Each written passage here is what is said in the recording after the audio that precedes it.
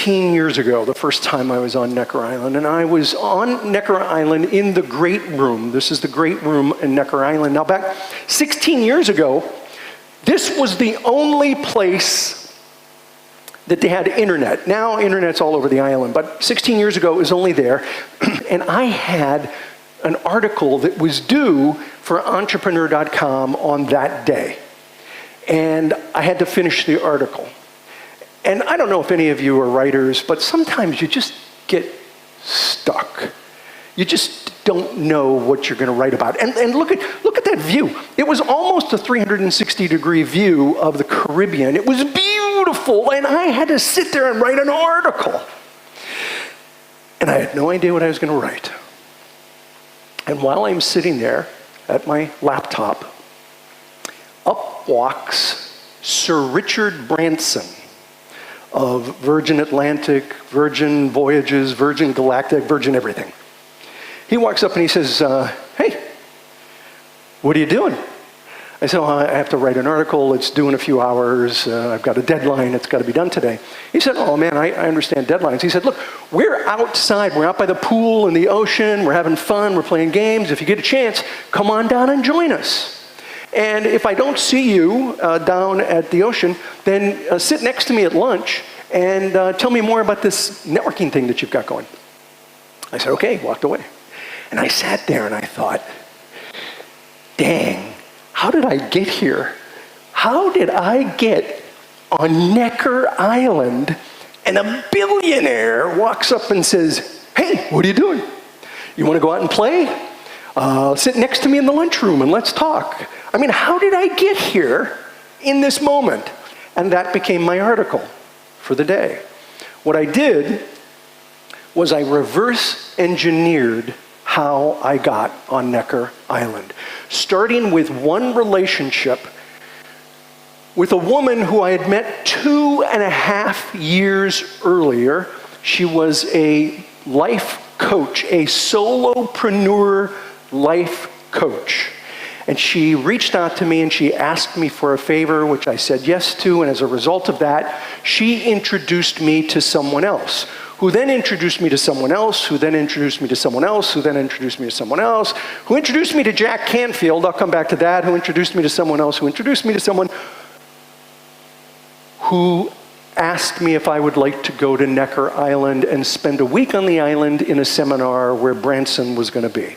And I said yes. One of those people that I met was Jack Canfield. Jack wrote that book called Chicken Soup for the Soul. And when I met Jack, built a little bit of a relationship with him, he referred me to the Transformational Leadership Council, which is an organization that he started. He invited me to join. It was somebody in the Transformational Leadership Council that then invited me to Necker Island. That whole process took 2.5 years. Now, I tell you this because it started with a solopreneur life coach. Sometimes when we network, we think, I just want to network with millionaires. I want to network with CEOs. I want to network with executives. That's what I want. But I'm here to tell you, you want to network with anyone who's good at what they do. And if they're good at what they do, you don't know who they know. Because they might introduce you to someone. They might network up for you. They might introduce you to someone else, who introduces you to someone else, who introduces you to someone else, who introduces you to someone else. And then you end up on Necker Island meeting Richard Branson. This is part of the butterfly effect of networking. Networking is more about farming than it is about hunting. It's about cultivating relationships with people. This took 2.5 years. Networking, particularly in Bni, is a marathon, not a sprint. Don't burn yourself out. It's about building relationships and trust with people, which takes time. And if you're willing to take the time, magic happens. Magic happens. You heard Mac talk about the fact that in the last 12 months, Bni generated 21.7 billion with a B, 21.7 billion US dollars worth of business for our members. Now, based on United Nations estimates, if Bni were a country and we compared our closed business for members to the GDP of nations, BNI would be the 111th largest nation in the world.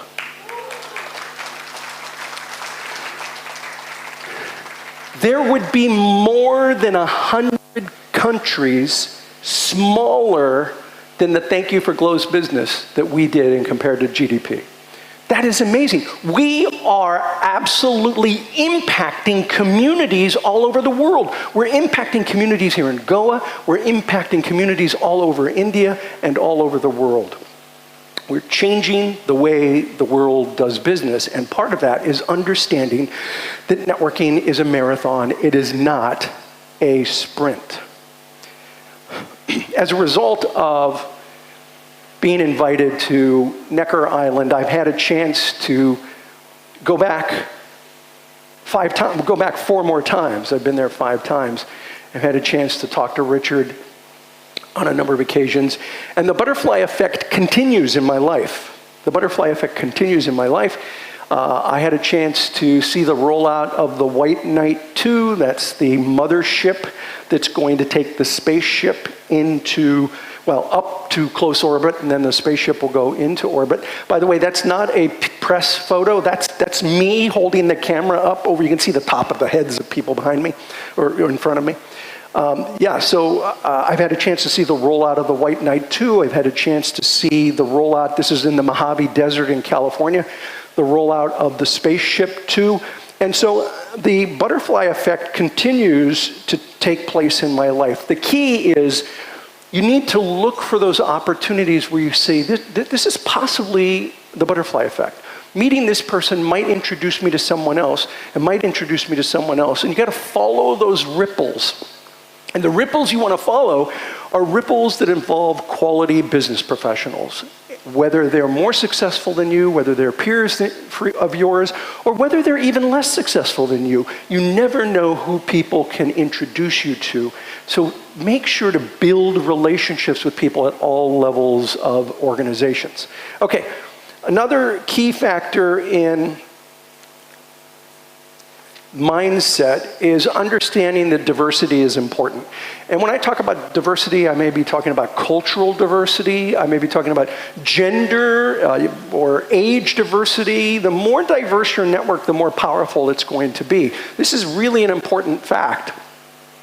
Networks are by nature clumpy. They're clumpy, they're cluster-like. We tend to hang out with people that are a lot like us. They have the same background, maybe the same educational background, same socioeconomic background. We don't hang out with people that are different than us as a rule. And the truth is, the more diverse your network, the more likely you are to find people who are connectors to other groups of people. So you have 3 clusters of people here. If you know someone who then is a connector to another cluster, then you have built a powerful personal network based on the diversity that you've created within your network. And what I have seen is a lot of people around the world just tend to hang out with people that are like themselves. So not only do you want to understand the butterfly effect, you want to understand the power of diversity because it connects you with people that you wouldn't otherwise think of. I always am looking to connect with young people, millennials, Gen Z, people that bring a whole different view of the world than me. It's interesting for me to spend time in a business environment like this and then spend time at a university with professors. Trust me, it's a lot different. The conversations are a lot different. I like the conversations here better, but don't tell them that. So it's very important to understand that diversity is important and that the more diverse your network is, the more powerful it's going to be. 2 more things in mindset, and then we're going to go to skill set. 2 more things.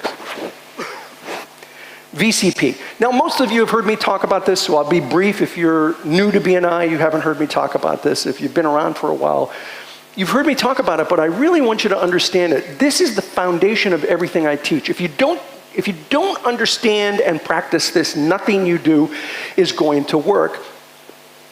I talked about going to London and asking people how many wanted to sell something, how many wanted to buy something. And I had somebody say, well, why go if you're not there to sell something? You go for this. This is why you go. You go to work your way through the VCP process. First, you have to be visible. People have to know who you are. and what you do. And then, and only then, can you move to credibility, where they know who you are, they know what you do, they know you're good at it. That one, by the way, takes time. That takes time to get to credibility. Then and only then can you move to profitability, where people know who you are, they know what you do, they know you're good at it, and they're willing to refer business to you on an ongoing basis. This whole process is a time-consuming process. Most of it is spent in credibility. Now, what tends to happen in a lot of networking environments is people will try to jump over visibility, jump over credibility, and try to get right to profitability and introduce themselves and ask for a referral or ask for business. By the way, that just happened a few days ago, where someone who I didn't even know asked me for a referral to Richard Branson. Seriously. After he watched this presentation, he asked for a referral for Richard Branson. I said to him, I'm sorry, what's your name? I didn't even know him, right? No, I'm not going to refer him to Branson. I'm barely at credibility with Branson. He's at invisibility with me. I have no relationship with this individual who wanted the referral. I have a building relationship with Branson.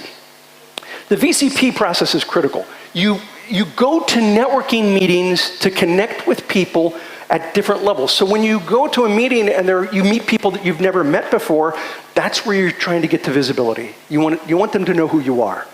That's where you kind of exchange business cards maybe for the very first time. Credibility is where you meet somebody at a networking meeting, you know them. They know you. They know what you do. They may know a little bit about your personal life, whether you're married, whether you have children. They know a little bit about you. You're starting to build credibility. You may meet people where you have a lot of credibility with, maybe where you've done business with them and there's a ton of credibility. You see, that's a different discussion. It's a different discussion with the people that you have credibility with than people that you only have visibility with. Completely different discussion. Now, profitability. These are people that you're referring business to. They're referring business to you. That is a completely different discussion than credibility. It's a way better discussion than just visibility. And so you go to networking meetings to work your way through the VCP process. If you don't know them, you want to create visibility. If you know them, you want to enhance, you want to build that credibility. If you've got the credibility, hey, now it's time to maybe get to profitability, where you're referring people back and forth. Okay, so this is all the mindset. I'm going to give you one more mindset concept that relates to VCP. And then we're going to go to skill set, okay?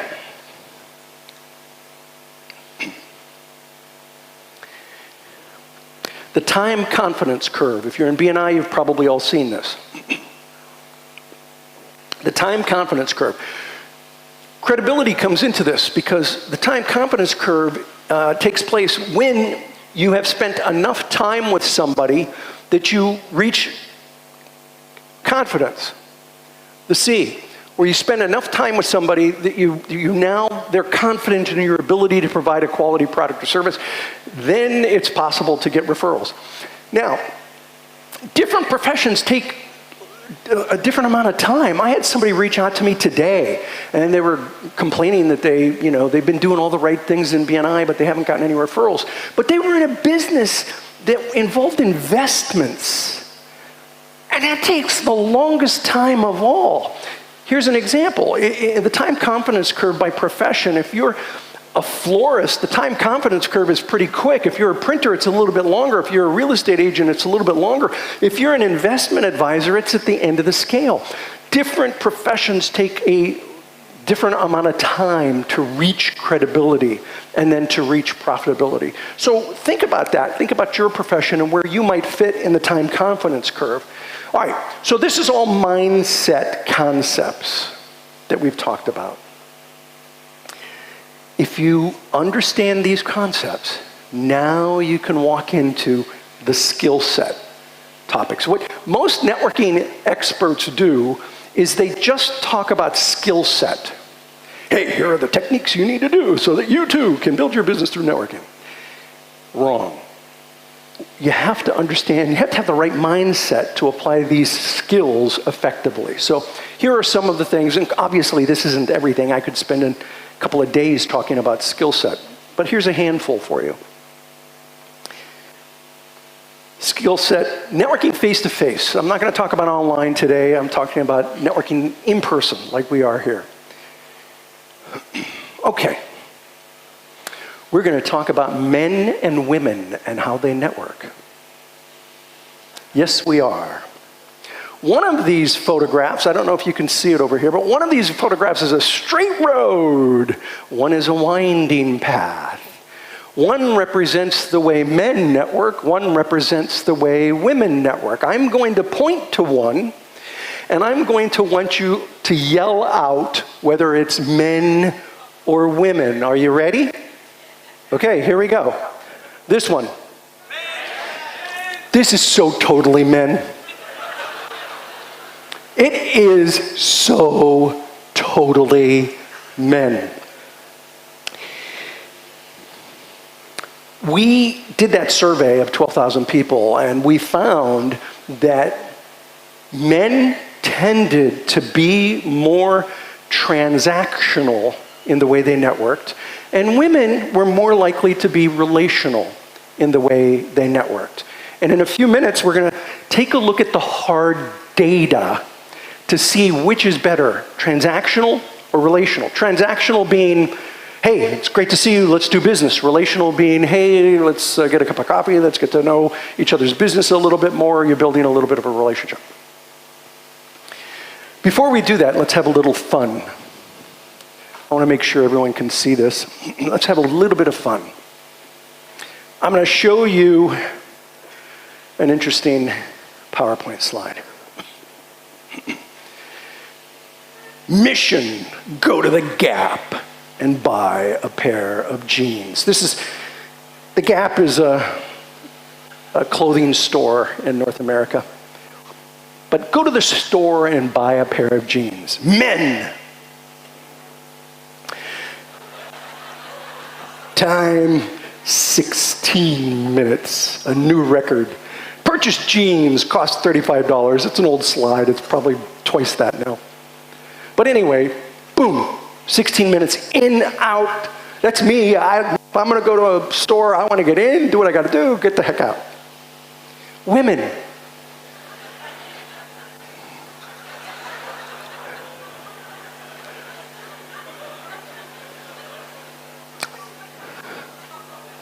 I love this. Went past the Gap.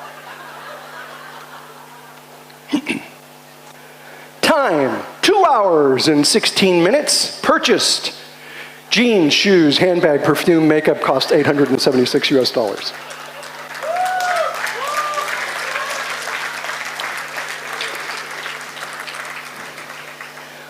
I've used this slide for quite a few years, and when I first showed it to my late wife, Elizabeth, when I first showed it to her, you know what her reaction was? Her reaction was, wow, that's all she spent?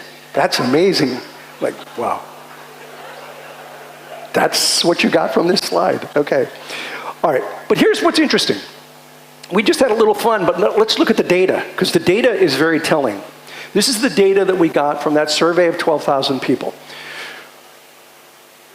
Average number of hours spent per week by both men and women was roughly 6.5 hours, 6.31 hours a week networking. Now, networking would be going to a BNI meeting in the morning, coming to an event like this, going to a Chamber of Commerce event, going to some trade association, a service club, Rotary, Lions, Kiwanis. These are all opportunities to network, even though they're not networking organizations like the community service organizations, but it's still opportunities to network. Writing thank you cards to people who you've met, doing one-to-ones. These are all the things that go into this 6.5 hours a week. On average, the average was 6.3 hours a week. Men spent a little bit more time. Not a lot, but a little more. They spent 6.44 hours a week. Women spent 6.19 hours a week. Total amount of business generated through networking, through their efforts of networking. Now again, this was BNI members, non-BNI members, it was the public. So I'd like to think that the percentage is going to be higher with BNI members, but this is a mix. BNI, non-BNI. The average percentage of business generated through their networking efforts overall was 46.7%. Men generated 43.96%. Women generated 49.44% of their business through networking.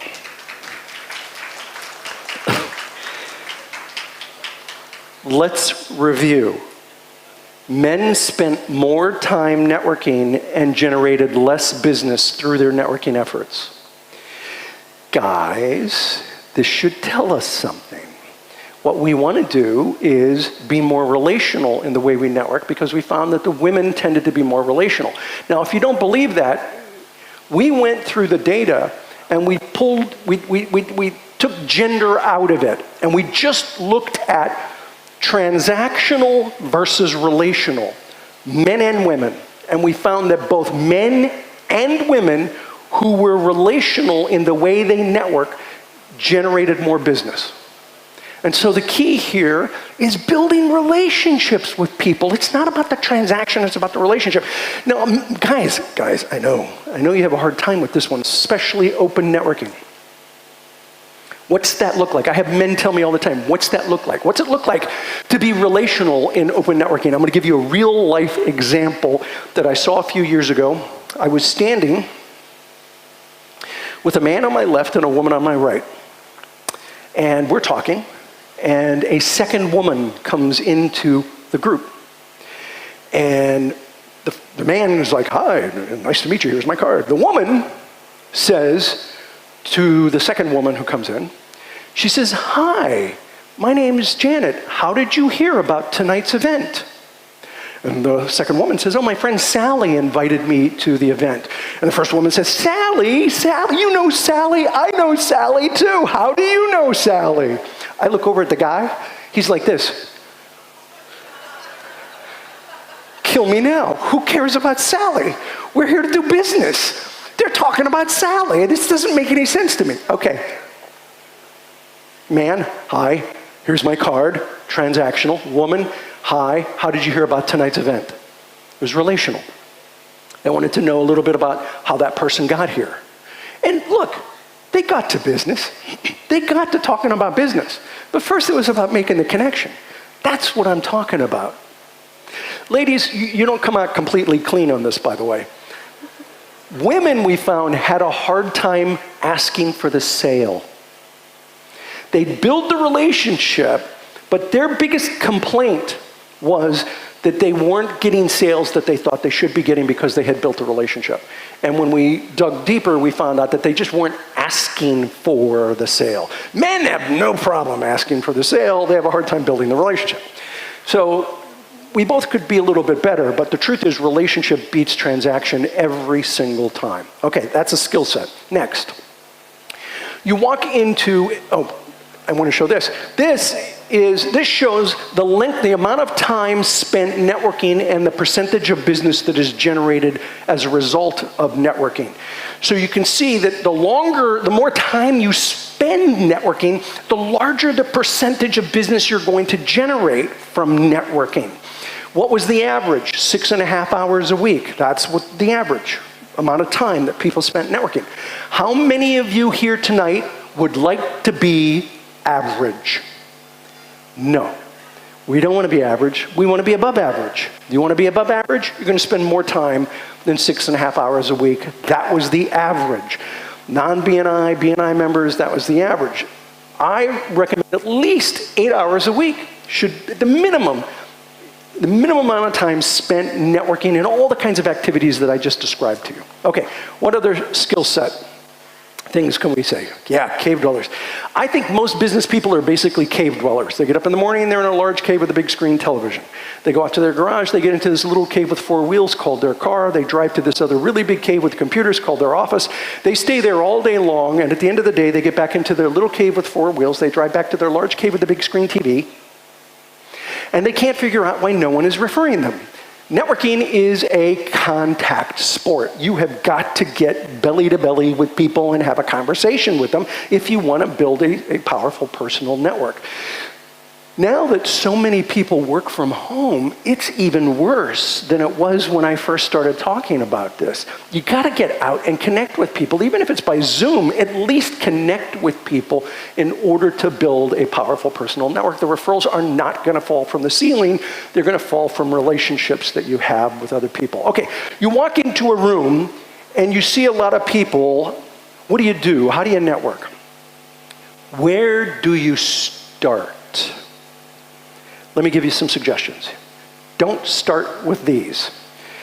These are closed twos, closed threes. These are two people. This is sort of the God view. You're looking down. These are two people standing face to face having a conversation with each other. Or three people. Four people would look like a square. They're standing there. It's closed. You can't step into it very easily. So when you walk into a networking group, what you want to do is look for open twos, open threes, and open groups. Open twos, open threes, and open groups.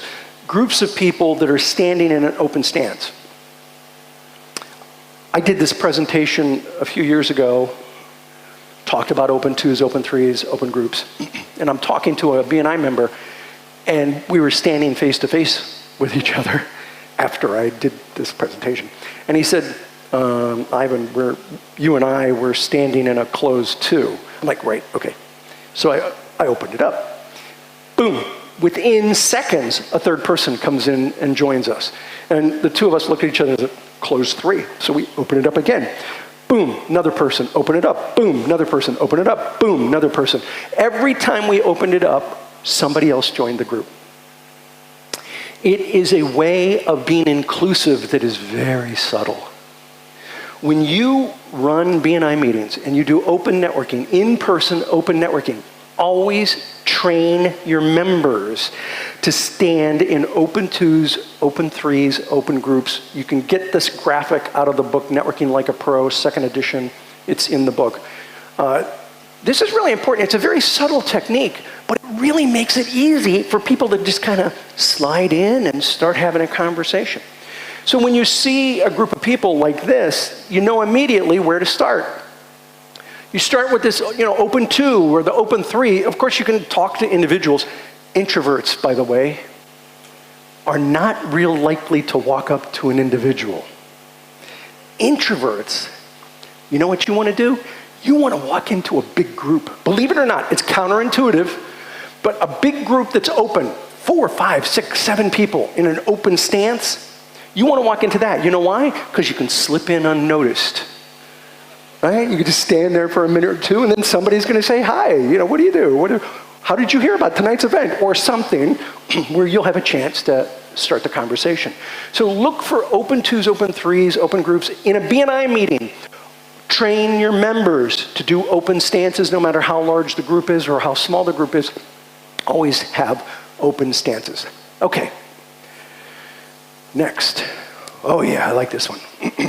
24/7/30. People ask me, well, how do you follow up when you meet people? What's the best way to follow up with people? So I'm going to share that with you. By the way, I forgot to mention, I was so excited to be here in Goa. I forgot to mention, I'm going to have Q&A here at the end. So at least 30 minutes of Q&A. Yeah, at least 30 minutes of Q&A. So if you have some questions, jot them down. I think we're going to probably have 1 or 2 microphones here. There'll be a line. Stand in the line, and I'll answer whatever question you have. The only dumb question is the unasked question. Okay, 24/7/30, follow-up system. So when you go to networking events, how do you follow up with the people that you meet there? First, within 24 hours, drop them a note. Either, do a handwritten card. Nobody does that anymore. Do a handwritten card or send them an email. Connect with them in writing by email or handwritten note and mail it to them. You want to reach out to them within 24 hours, and you just want to say, hey, it was really nice to meet you at such and such event, and I hope our paths cross again. Something like that. And don't sell to them. Don't sell to them. just reach out and say, hey, it was great meeting you. Hope we connect again. Okay? 24 hours. Within 7 days, you want to connect with them on social media. Now, the key here is that you want to go to the social media platform that they like to be at, the one they go to most.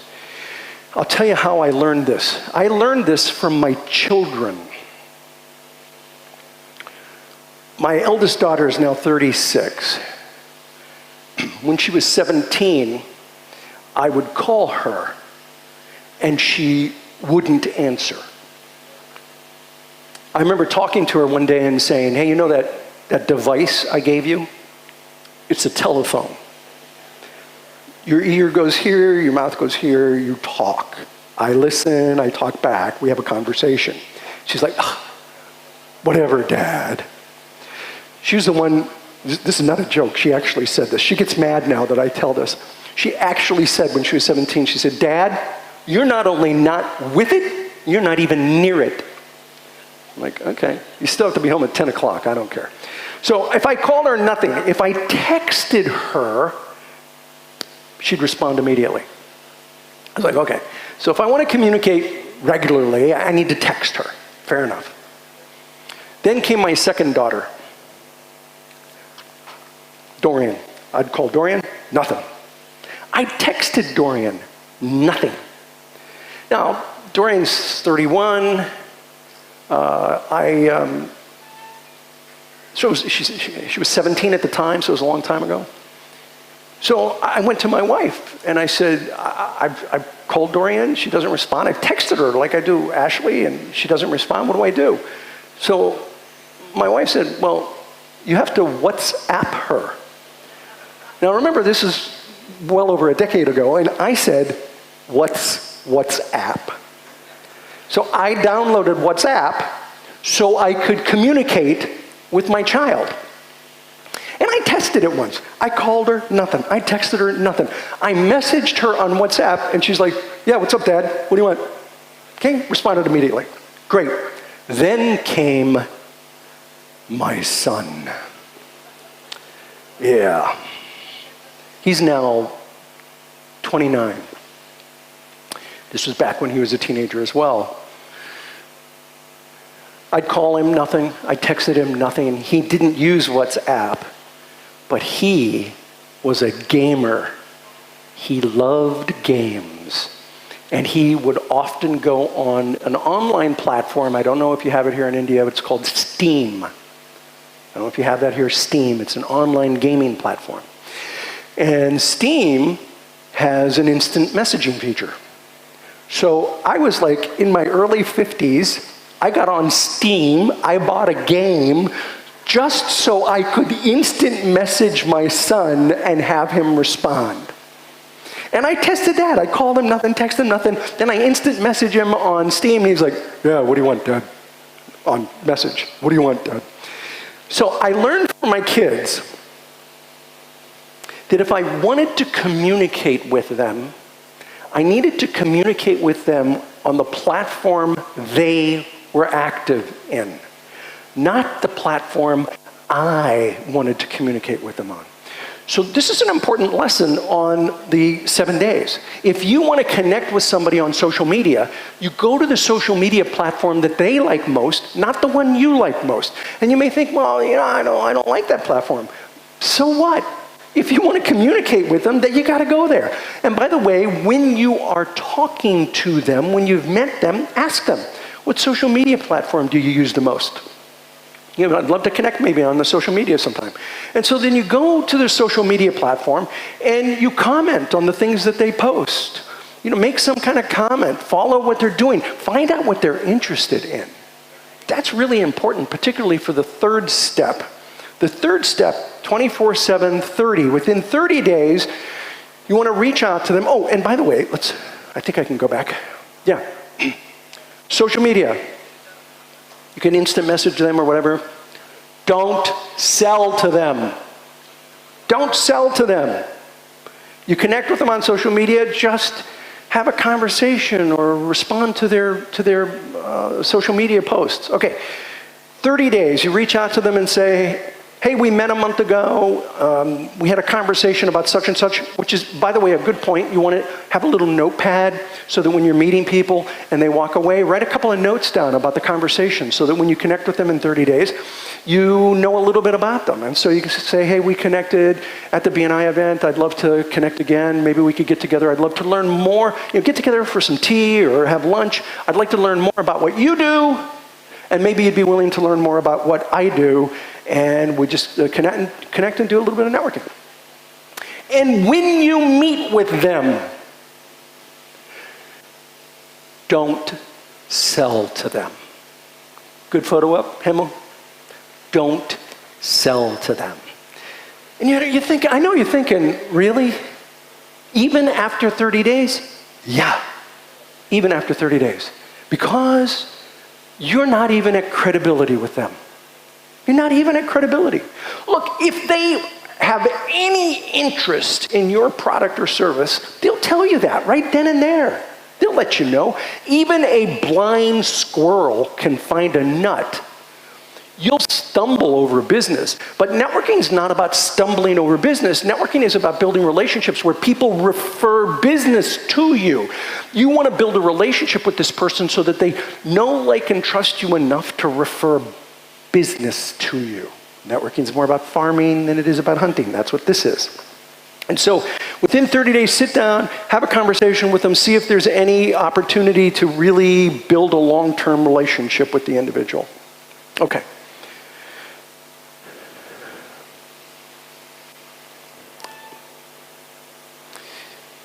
For those of you who wonder what social media platform I'm most active on, it's Facebook. I am on LinkedIn, Twitter. God help me, I even signed up for TikTok, believe it or not. Yeah, I'm on all of those. I don't have a lot up on TikTok, but I do have some things up on TikTok. So that's my public Facebook page. You're welcome to go there. You'll see a lot of posts. You'll see posts probably by tomorrow from this event. Will be up. The social media team that Mina has worked with, Scion, does a great job for me. So you'll see. Yep, absolutely. So that's where you can find me. Okay.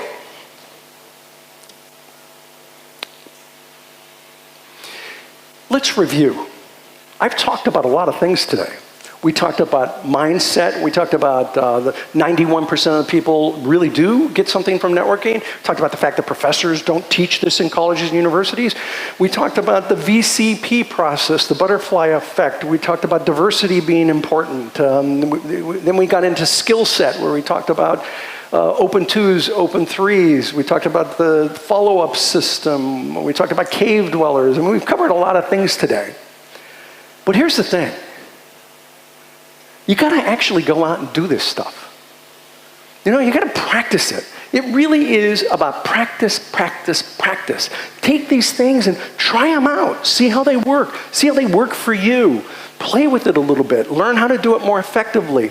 And then try it again. You do it over and over and over again. I think one of the most important things in being successful in business is that you got to do 6 things 1,000 times.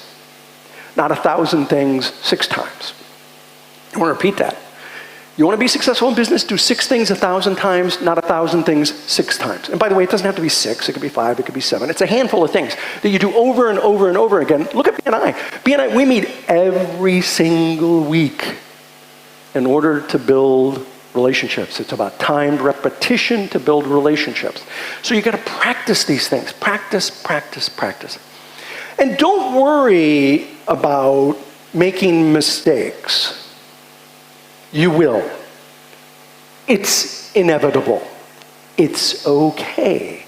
We learn from the mistakes that we make in life. And I bet no one in this room has made a bigger mistake than I did.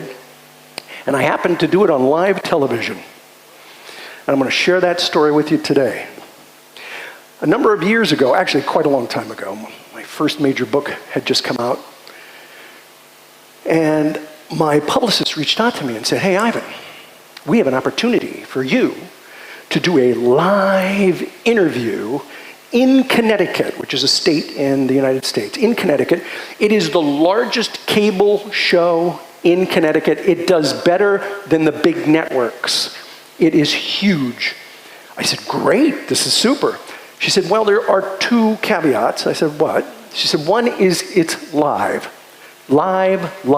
Like whatever you say will go out on the air. There's no tape delay. Now everything's tape delayed, but back then it wasn't, it was live. So she said, it's live. I said, okay. And she said, there's like millions of viewers. I'm like, okay, now I'm a little bit nervous. She said, well, okay, and there's something else. I said, what else? She says, you have to do something visual. I said, visual? What do I do that's visual? She said, I don't know, you're the expert, you come up with something visual. So I was thinking, what do I do that's visual? I mean, run up and down the aisles and pass out business cards? I don't know what to do. So I came up with this really kind of stupid idea of the tools network. The tools to network, and I had a toolbox. And I opened up the toolbox, and I had the tools to network, business cards, a Bni card file, a badge, and all the tools to network. And I knew it was silly, but it's all I had that was visual. But then I came up with an idea, and I asked the Bni director that was driving me what he thought of this idea. And he said, yeah, do that. Here's the idea. Watch closely. I said, when I do the interview, when I get to the end of the interview, I'm going to ask the host to hold up a copy of my book. And when they hold up a copy of my book, I'll take it and I'll say, careful, because that's hot.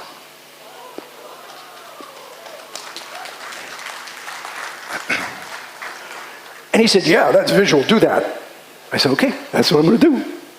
So I get there, and it is a huge TV show. Probably the largest TV show. I've been on the Today Show. This was every bit as big as the Today Show in New York. I've been on the BBC. It's bigger than that. Really large. And we're sitting in the green room, all of the people who are guests, and they're going on, and we're watching them live, and it's really interesting. And then somebody walks by dressed as a Native American, and then someone walks by dressed as a police officer, and then someone as a construction worker. And somebody said, wow, that looks like the Village People. Now, have you ever heard the song YMCA? Yes? Okay, that's the Village People. The Village People sang YMCA. So somebody said, wow, that looks like the Village People. And we're all like, no, we're not going to have the Village People on the show. And so we're watching, and they end a segment, and the announcer gets on and says, ladies and gentlemen, next on the Fairfield County Exchange, the Village People. And Dr. Ivan Misner to talk about networking. I'm like, are you kidding me? I go on after the Village People? I mean, these guys, they're visual. They're going to be out there. Everyone's going to be dancing. They're going to be singing. I got this stupid toolbox and a little fire trick. That's all I've got. I better put, you see, it's called flash paper, and it's like cotton. And the more you put in, the bigger the flame. So I'm thinking, I better put in just a little bit more of that into the device to get a bigger flame.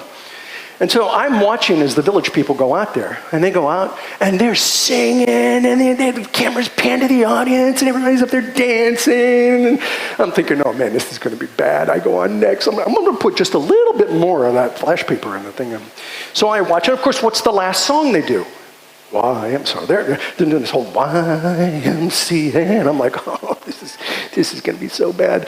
I'm going to put just a little bit more of that stuff in here. I'm going to go a little bigger. And so they're doing YMCA. Producer comes in and says, Misner, who's Misner? I'm like, that's me. He said, okay, look, the Village People are running late. So we're going to have to get you in there really quick. We're going to have to mic you up, and you're going to be on live in just a few minutes, and you're not going to have much of a chance to talk to the hosts. So get ready. I said, okay, hang on just a second. I'll put just a little bit more of that stuff in there. So we go on out. I sit down. There's a man and a woman. A hostess, and it's the woman who's going to be doing most of the interview.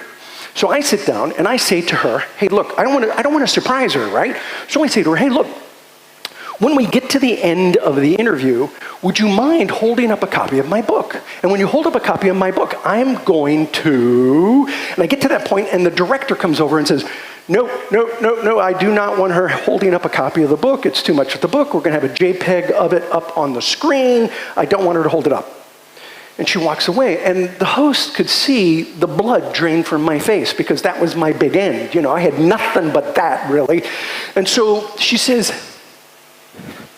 I'm the host. What do you want to do?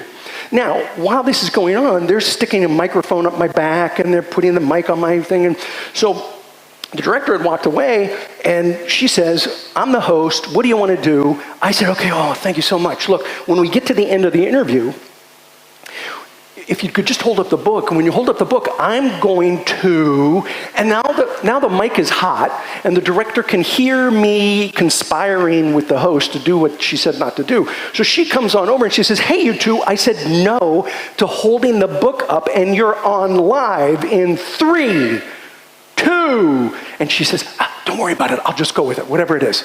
I'm like, okay. So we do this whole interview. I pull out the toolbox. It was kind of lame, but it's okay because I have this great ending, right? It's going to be good. We get to the end of the interview.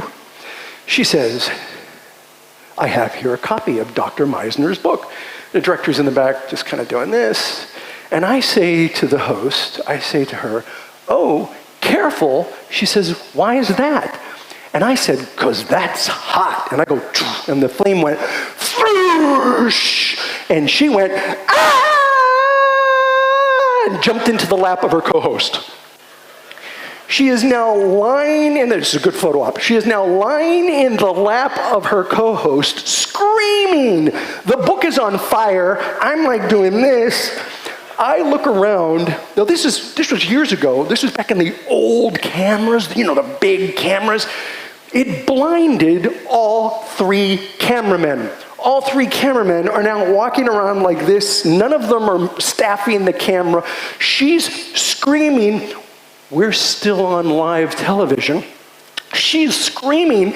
And finally, she calms down enough to say, oh, thank God I didn't swear on live television. We're still on live television. Thank God I didn't swear on live television. I look at her co-host. She is lying in his lap. He has said nothing throughout the entire interview. The first words he says is he looks off camera and he says, wardrobe, new trousers for her, please. Director says, cut, go to commercial, cut, go to commercial. I look at my Bni director and he goes, yeah, that was visual.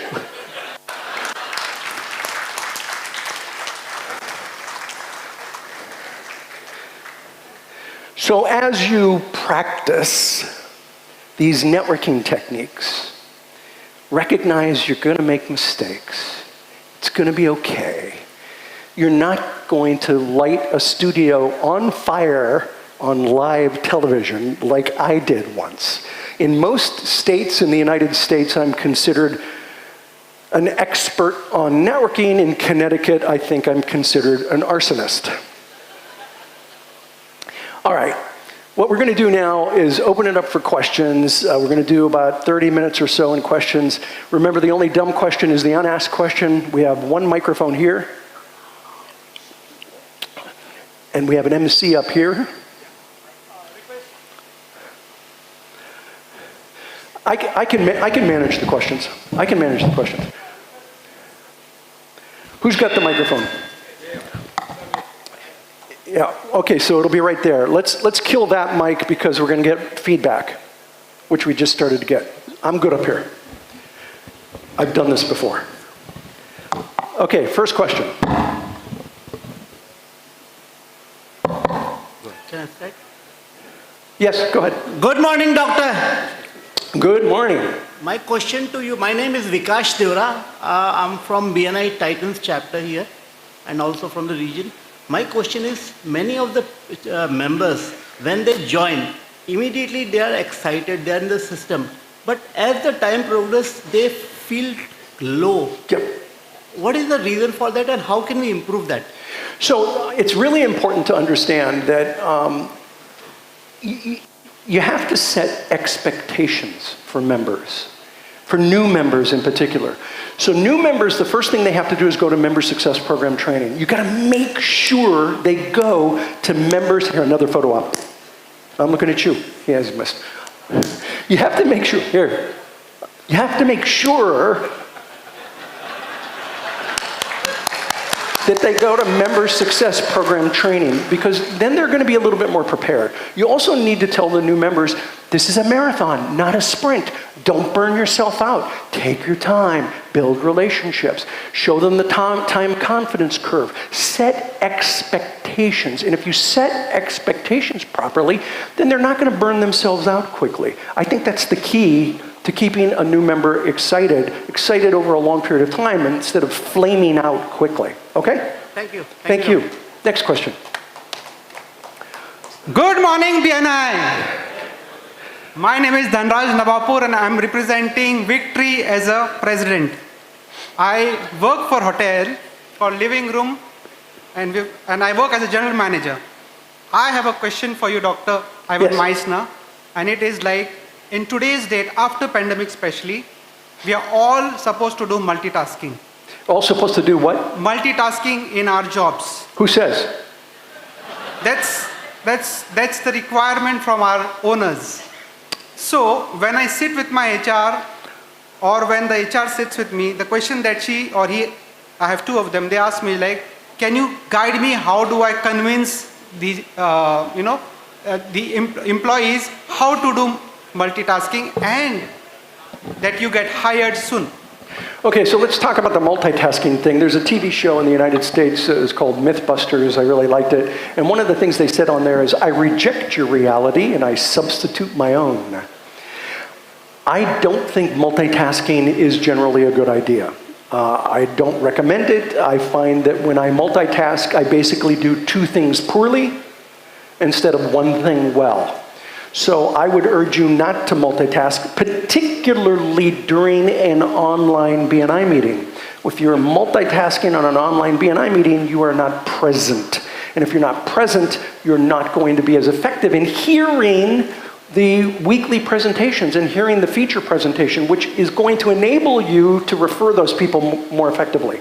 So I am not a fan of multitasking. I don't think you need to do it to be successful, and I don't recommend it. Thank you. Hope that answers your question. Thank you. And we all know good morning BNI, so we're good with that.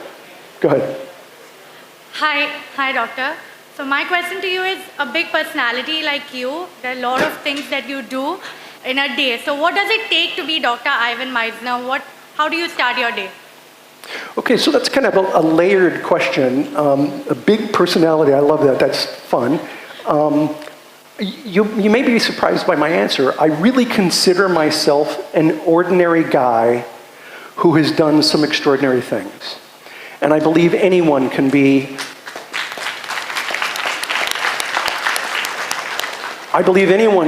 do extraordinary things. I come from very, very humble beginnings. I was given a 50% scholarship to go to a private university, and I had to turn it down because I couldn't afford the other 50%. And my family couldn't afford the other 50%. And so I worked my way through college. I really believe that the secret to success without hard work is still a secret. It doesn't exist. So I appreciate the big personality. You might be surprised to also learn that I am not an extrovert. I am what's called a situational extrovert. That generally I want to be just left alone, recharge my batteries, I'm good. But when I am talking about something that is important to me or that I am knowledgeable about, I come across as an extrovert. But generally speaking, I'm honestly an introvert. You ask, what does my day look like? Well, when I come to places like India, it involves, security teams and lots of crowds and tons of photos. I'm going to stand and take photos with as many people as you would like to photo today. So if you're interested in a photo, I'll stick around until the bitter end and take photos. But at home, it's pretty low key, really. I get up in the morning, I exercise. I have breakfast, and I'm usually in my office. My office is 52 steps away from my house. It's a separate building next to my house. And I get to work by about 9 o'clock. I usually work until 5 or 6. It's pretty boring, although I do a lot of media, and I write, and I do some Zoom presentations. But what I really, really love is this. I love coming to regions and pouring into members about what's worked for me or what hasn't worked. Thanks for the question. I hope that answers it. Good morning. I've come from Pune all the way to attend this session. Thank you, Doctor, for this energetic session. I'm Anindita Garg. I wanted to ask you a specific question about the BNI Connect that we use. In BNI, we always believe that specific is terrific, but sometimes it is a bit difficult for us to find the category that we belong to and where we can actually, talk about ourselves. Sometimes it happens with me. How to search the category that suits me the best and how to go about in BNI, because that is going global right now. Thank you. Yeah, great question. And I can't give you details, but I can tell you we are working on the search function right now to improve the search function, to enable you to connect with people more effectively, to also enable the public eventually to be able to find certain professions through BNI Connect. I don't know the date of when that's going to be done, but I do know it is being worked on, and it's very important. In the meantime, if you're struggling, I would recommend that you click on the question mark on BNI Connect. That's the support team run by Jeremy Walsh. Okay. Jeremy has like a 99.9% customer satisfaction rate in responses. So I would ask, I'm looking for this profession, can you help me out? And Jeremy or his team will help you. Okay? Thank you so much. Yeah, thank you. Good morning, Dr. Ivan Misner. My name is Dr. Samir Kunkolikar. I would like to know your journey from a business consultant toward the father of networking, in short. Yeah, great question. I started BNI when I was 28 years old. I was a management consultant. I had a client that didn't renew their contract. I thought they would, and so I was pretty desperate for business, and I put together a small group of people that I trusted. I hoped that they would trust me. We got together on a weekly basis. We passed each other referrals.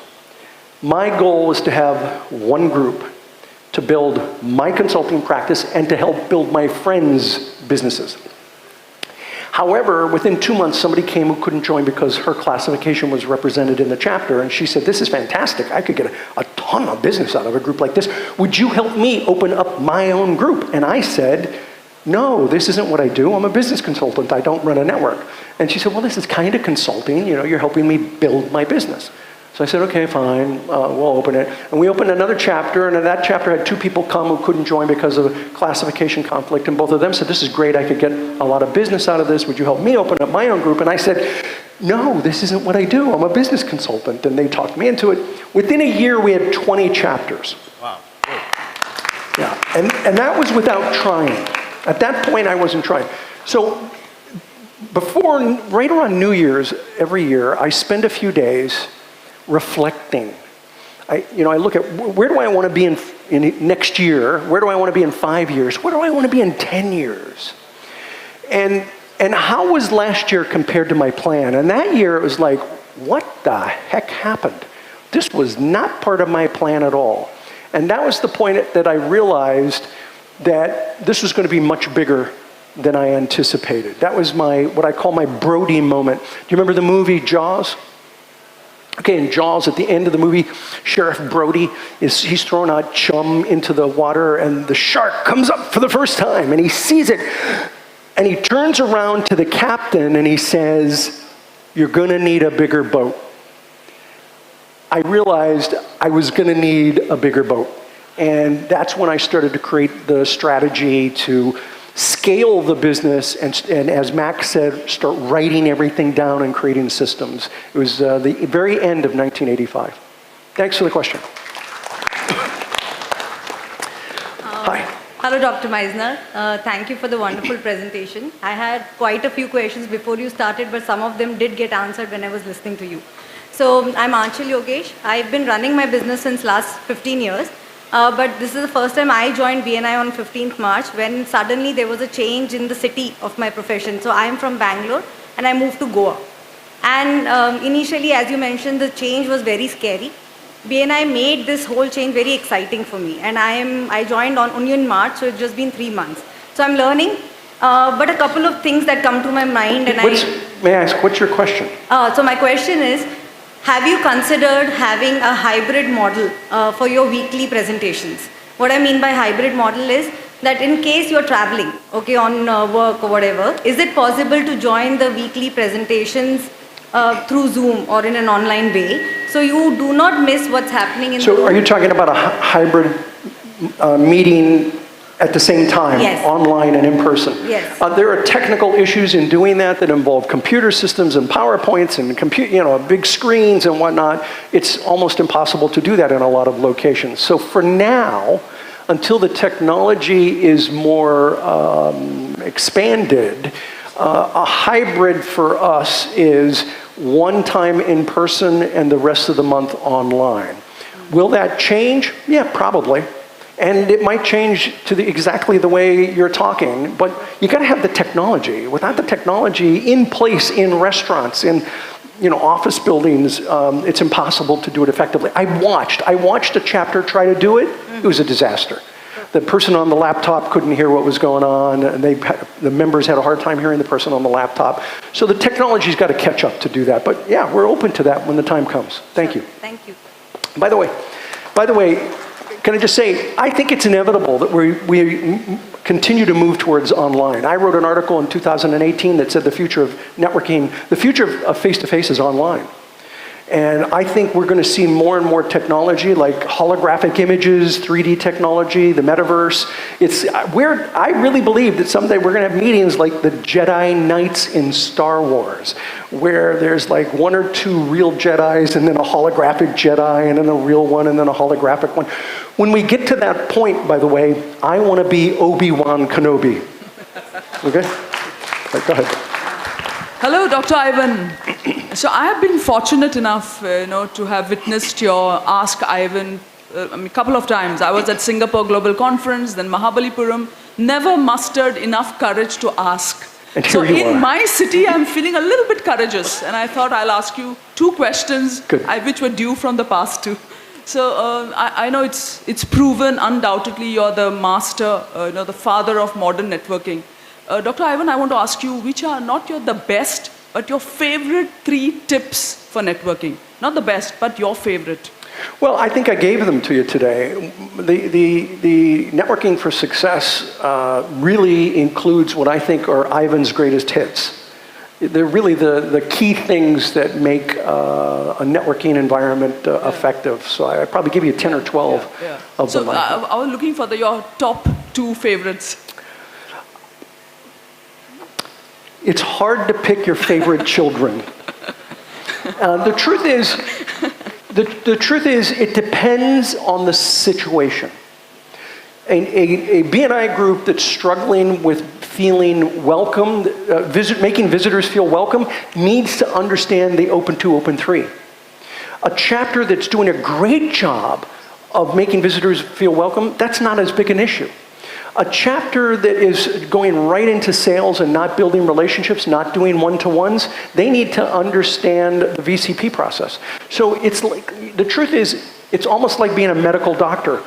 You take a look at the problem and you give the techniques that chapter needs at that moment.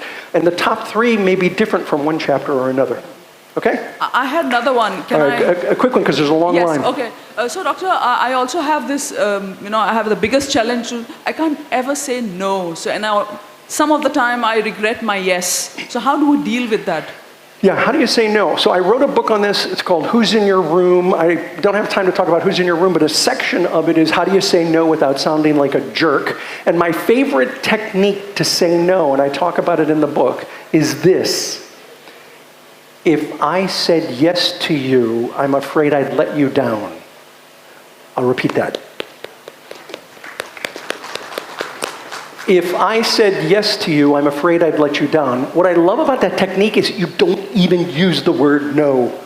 But you're letting someone know, I can't do that. And then you say, why? You know, I don't have enough bandwidth, it's not my expertise, whatever the reason is. But that's my favorite technique. There's about 6 more techniques in the book. Thank you. Thank you. Good morning, Next. doctor. This is Aftab here. We are into the seafood business, and in the entire Goa region, we are the only business with the seafood category. So my question here today is, as a business owner, we all want to scale, and at some point, we do get an option to raise funds. When we raise funds, it also comes with an influence. Can you give me your question?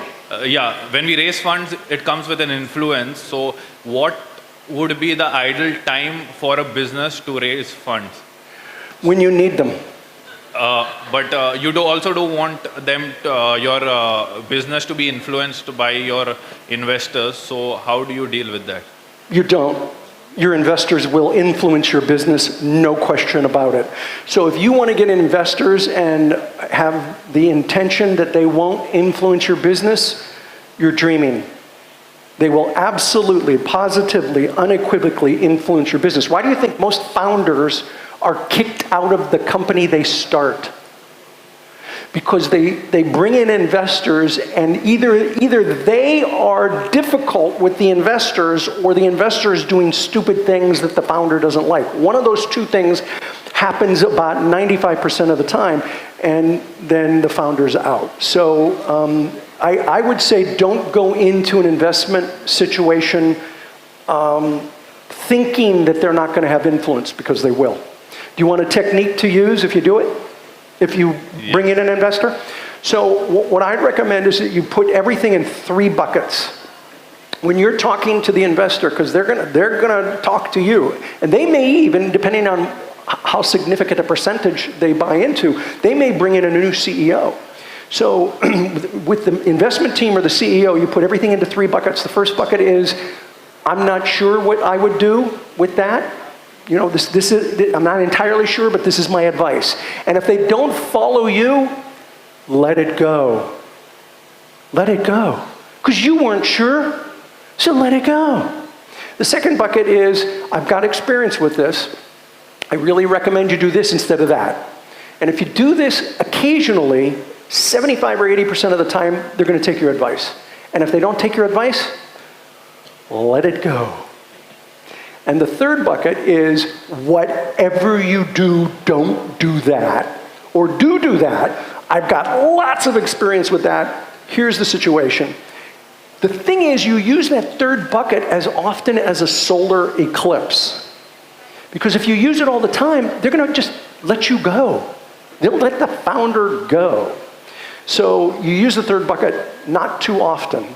Use that technique, it'll work. I promise you, I know firsthand.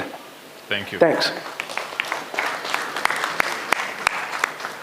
All right, Good evening, Doctor. We've got 16 minutes, and I have about a 3-minute closing, so go ahead.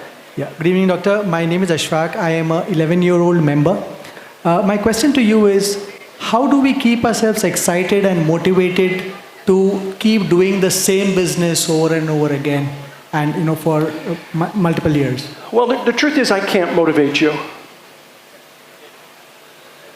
Only you can motivate you. I learned that years and years and years ago. Thank you. The best I can do is inspire you to motivate yourself. And the best way, the way I have stayed motivated for 38 years is to always try to work in my flame and not in my wax. When you're working in your flame, you're on fire, you're excited, you love what you're doing, you're passionate about it. People can hear it in your voice, they can see it in the way you behave.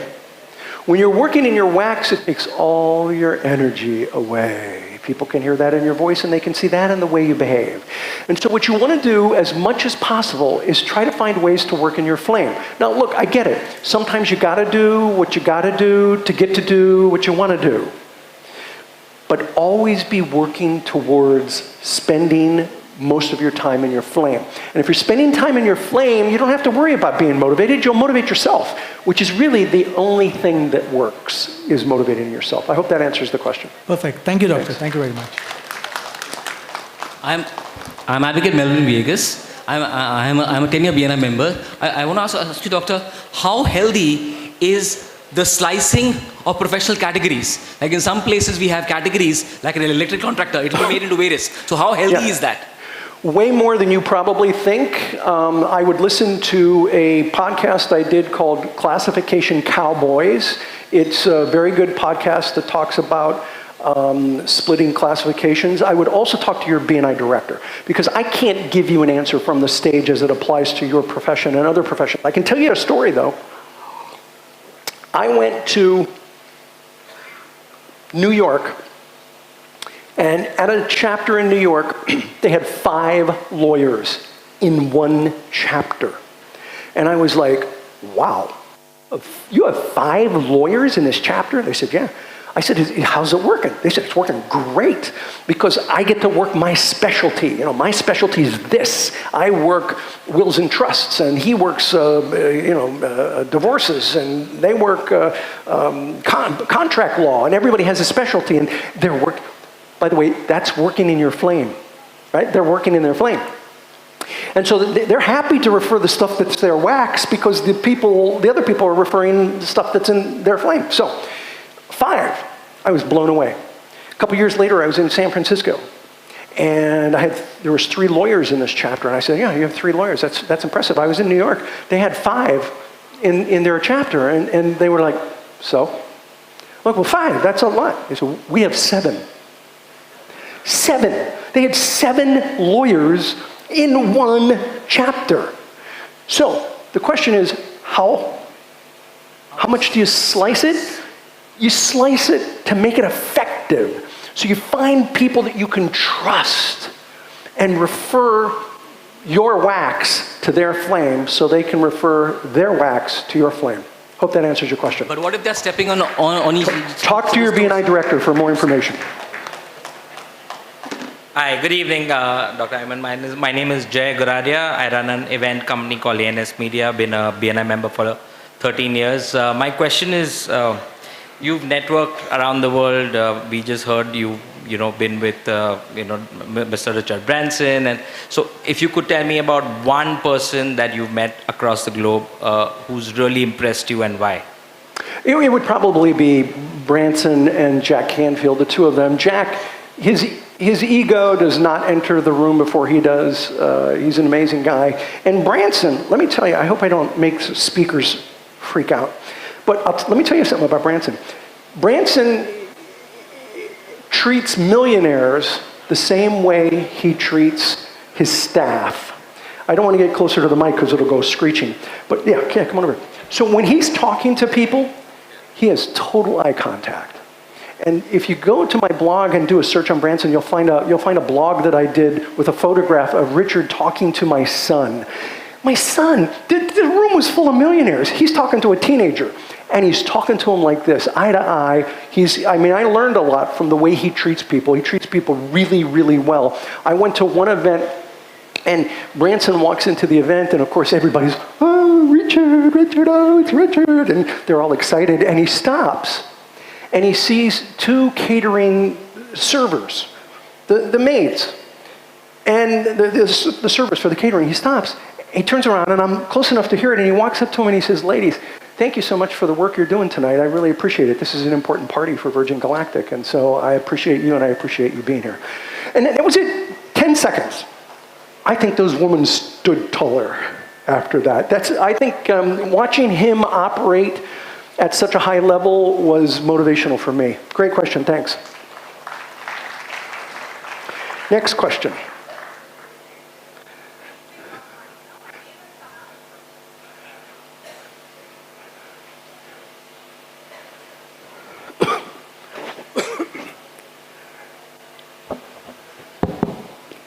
Good evening, Dr. Misner. My name is Sana, and I am the president of the BNI Upran chapter. I'm really sorry if I may, but we're this number 6 chapter all over India, right here in Goa. So, Doctor, earlier you spoke about how you use the butterfly effect that worked to your advantage. I wanted to know, how could we as entrepreneurs use the same butterfly effect and see the same effects that you've seen?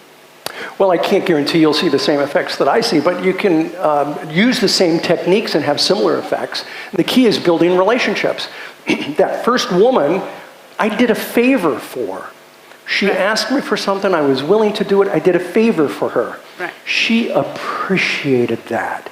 So the company that she was working with, she wasn't working for, but she was like an independent consultant coach with this company. They needed a speaker. So she introduced me to them. I spoke to them. They hired me to speak. I went to speak. I met Jack Canfield. Wow. Jack and I we made a good connection. He invited me to the Transformational Leadership Council. I met a couple of people in the Transformational Leadership Council who then, so it was a 2.5-year process of building relationships with people where they knew me, they liked me, they trusted me. And then they were willing to introduce me to somebody else. That's the process. That's the secret. We're all looking for the secret. That's it. The secret is building relationships with people. That's what it is. I have time for maybe one or two more. Let's do one more question. Yeah.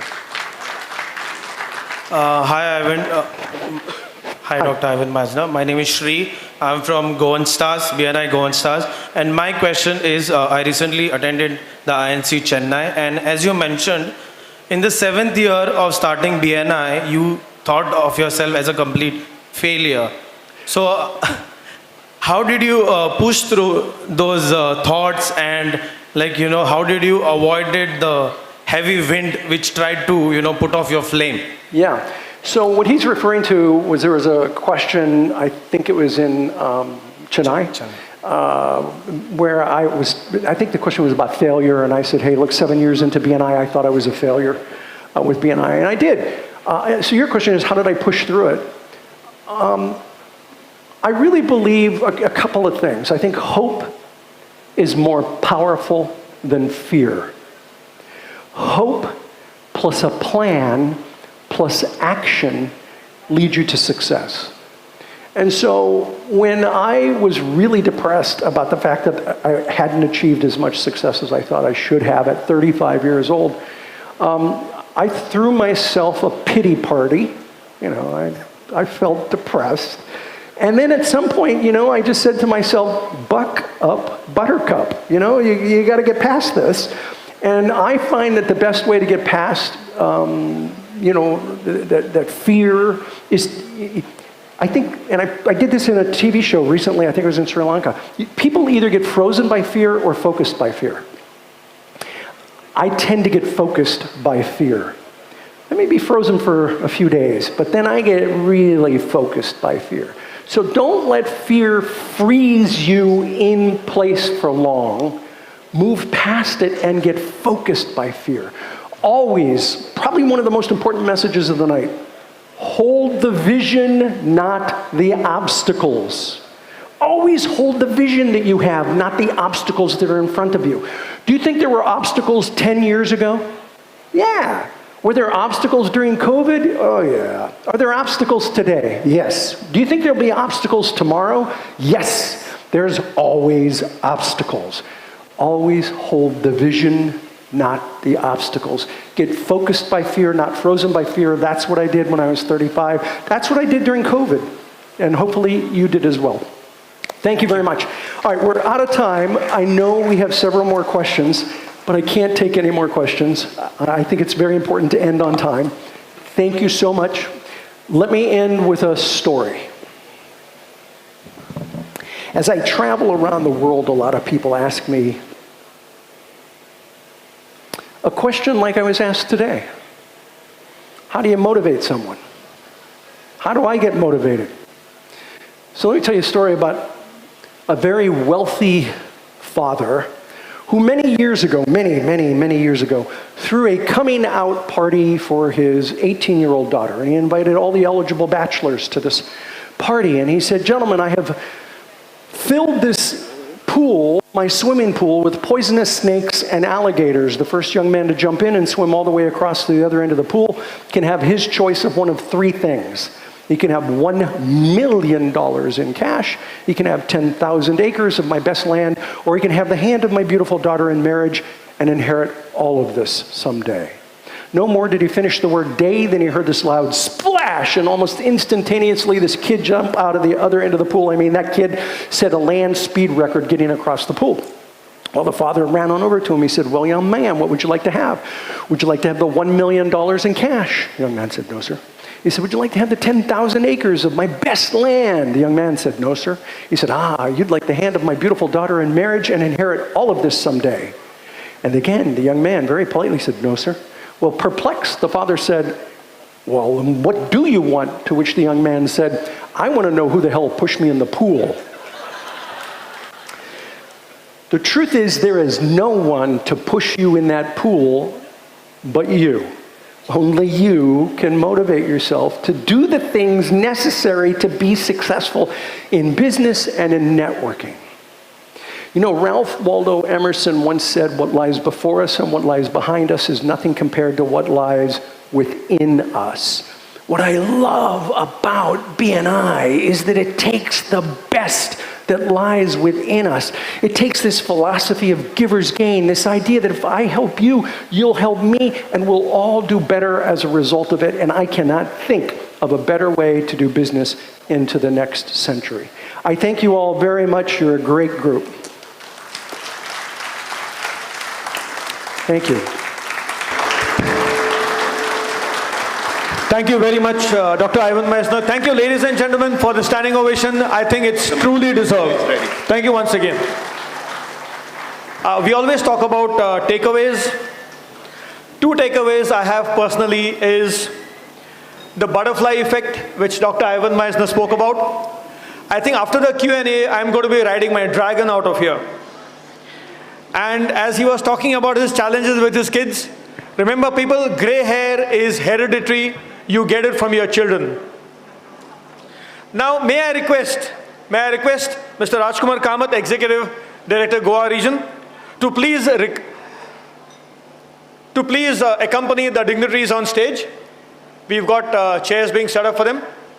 May I request Mr. Max Srinivasan, Global Markets President, BNI, Mr. Hemu Suvarna, India National Director, BNI, Meena Srinivasan, Chief Digital Officer, BNI, and Director of the BNI Foundation, and Mr. Rajkumar Kamath, Executive Director, Goa Region. Ladies and gentlemen, can you please put your hands together for the dignitaries on stage? Let's make them feel welcome. We'll be having one chair vacant there. It's not the open category in the chapter. It's just waiting for Dr. Ivan Misner to come back.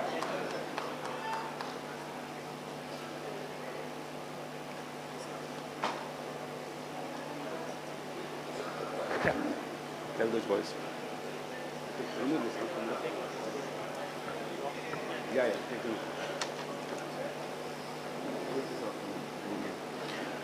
Requesting Sedgwick to take over the rest of the proceedings.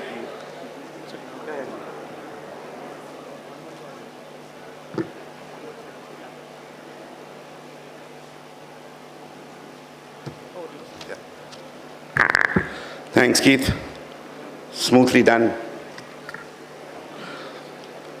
All right, after a long session from Dr. Ivan Misner, I think this. All right.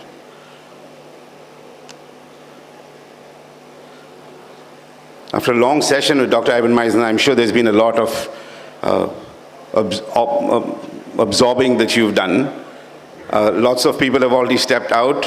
If they're going to come back in, because this is an interesting part coming up. You don't want to miss, you don't want to be missed, called out your name to receive an award and not be here. That would be pretty bad. Anyways, going forward, in the family of precious metals, it is said that platinum is more precious than most. In this case, we're talking about the sponsors again. Platinum simply means they've paid us more money. We need to call out to them again and again to say thank you, because without them, this was not possible. So I'm going to call out our platinum sponsors again once, if you can get that on the slide. Mudit Agrawal of Vastu and Beyond from BNI Madagram, Aditya Desai and Deepak of Rock Valley Goa from BNI Samudra, Manas Developers, Vishal Parab and Vikas Deora from Love Vishal Real Estate Goa Developers Private Limited from BNI Titans, Villanova Lobo and Badsha Khan of Vibha Homes from BNI Synergy. These are our platinum sponsors. Ladies and gentlemen, I'd like to bring to your attention one more time. Remember, we are live. This entire session is live courtesy Prime TV and PBN Bharat. They are our gold sponsors as well. They are working with us. They are seated right there. They've got the camera running there. It is live all through. So we're simply honored to have them on board with us because we're going live only because of them. Going back to another BNI core values, which is appreciation, more rewards, and more rewards simply means more of Valerie. Valerie? She didn't hear her name. Valerie. Over to Valerie.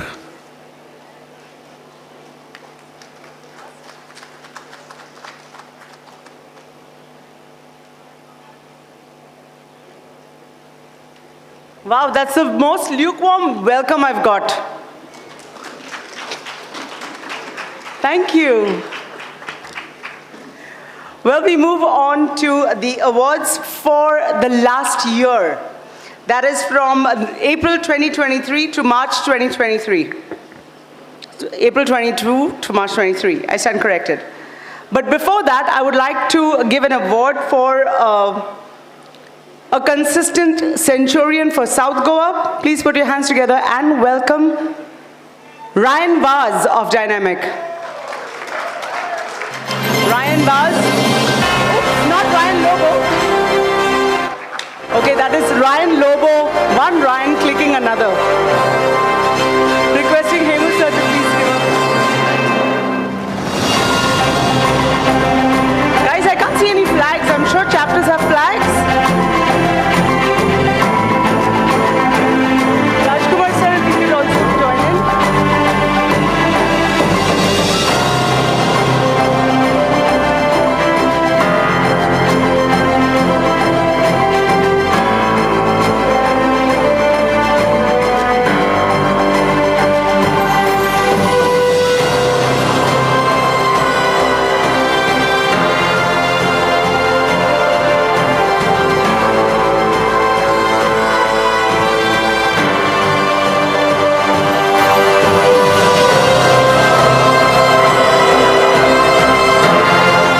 Well, for the next set of awards, I would request Mrs. Meena Srinivasan also to join.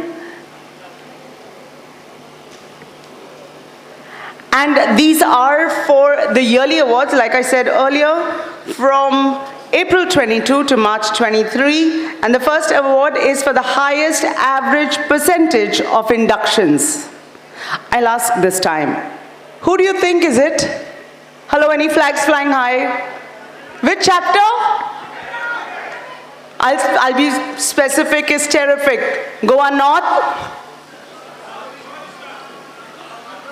Put your hands together for BNI victory. I can't see the flags, guys.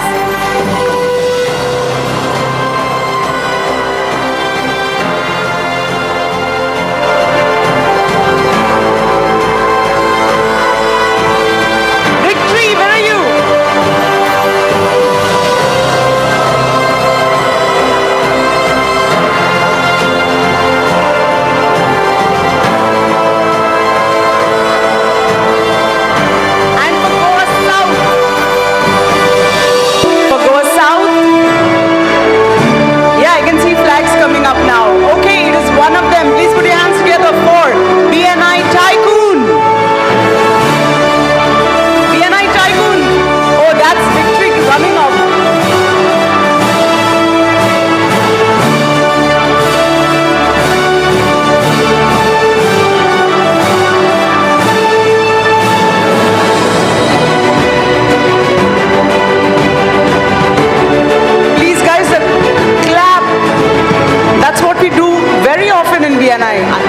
What are the people on the right? Thank you.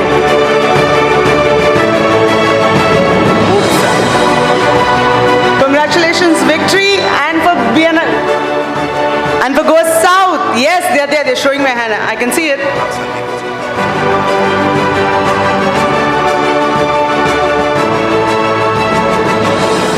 that is from Goa South, BNI Tycoon. Highest average percentage of inductions.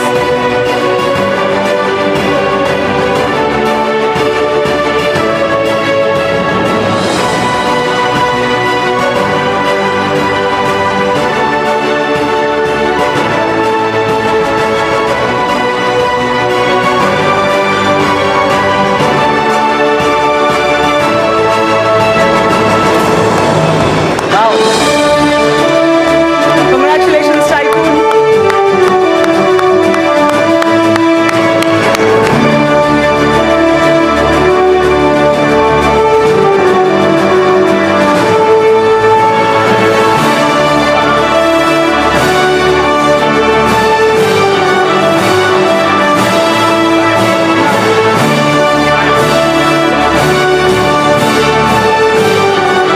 Our next award is for the highest business. Highest business.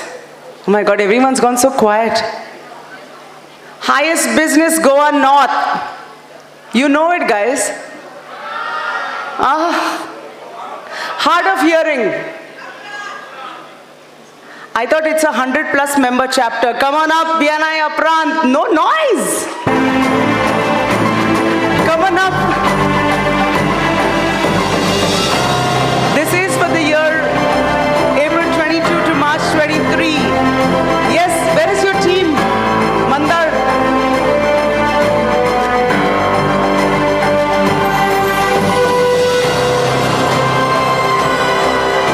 That is the largest chapter of Goa North. Please put your hands together for BNI Aprant.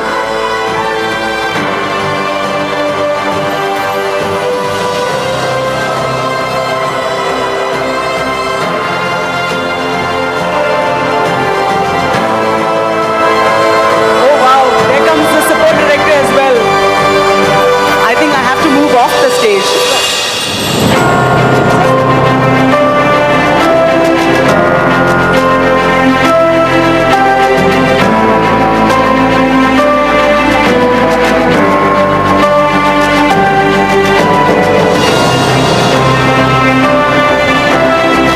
Okay, okay.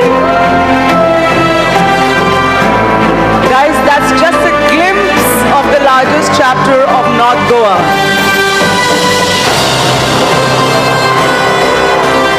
Please put your hands together. Goa.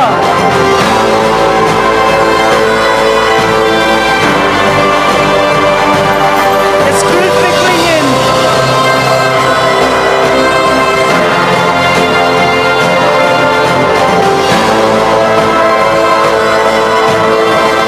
Get ready, Goa South.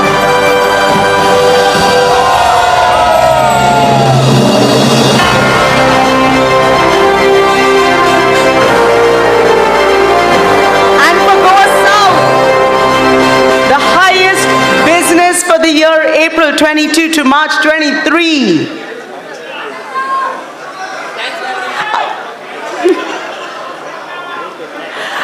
Come on, guys, I can't hear it. No flags. Please put your hands together. I'm waiting for them actually to move it off. That spoke the support director. Yes, please put your hands together for BNI Madagram, the largest chapter of Goa.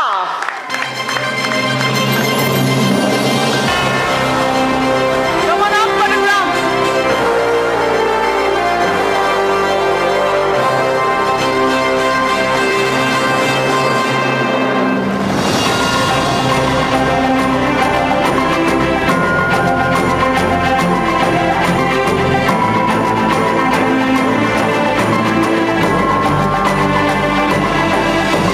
Come on,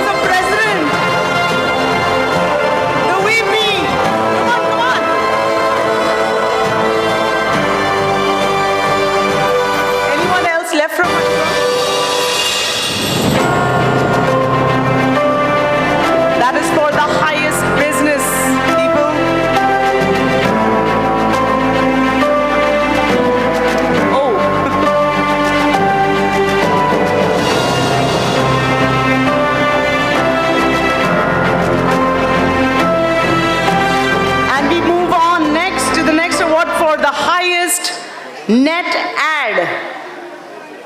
Highest net ad. Thank you, Matagram.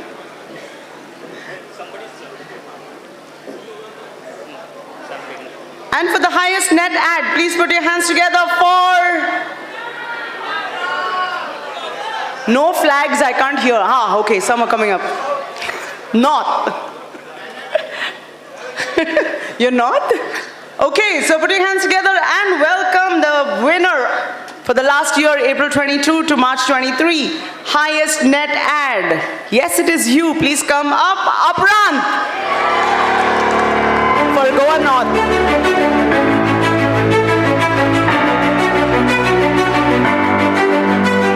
Walk a little faster, guys. You're young, energetic.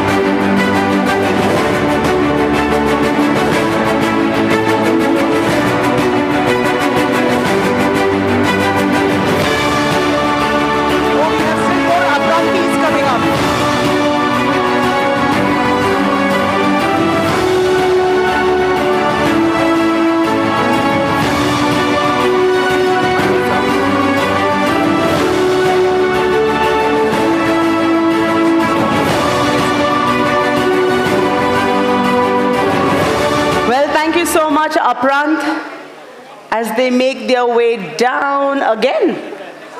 Yeah, making your way down again. Definitely, yes. Anita.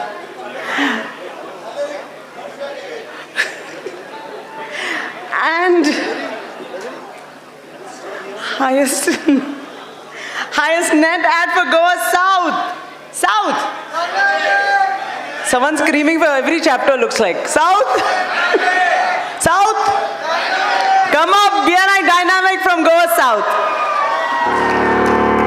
You, come on, Goa South, make some noise. Come on up, Dynamic.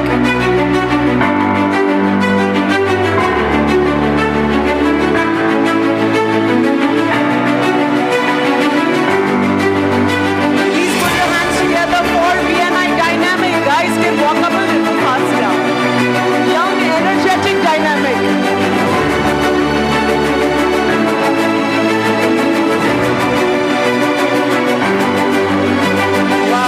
That's what a 50-plus chapter looks like.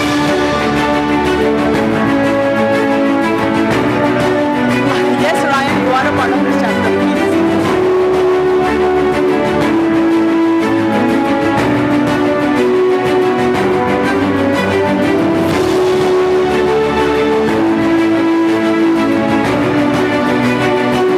Put your hands together for Dynamic Goa South.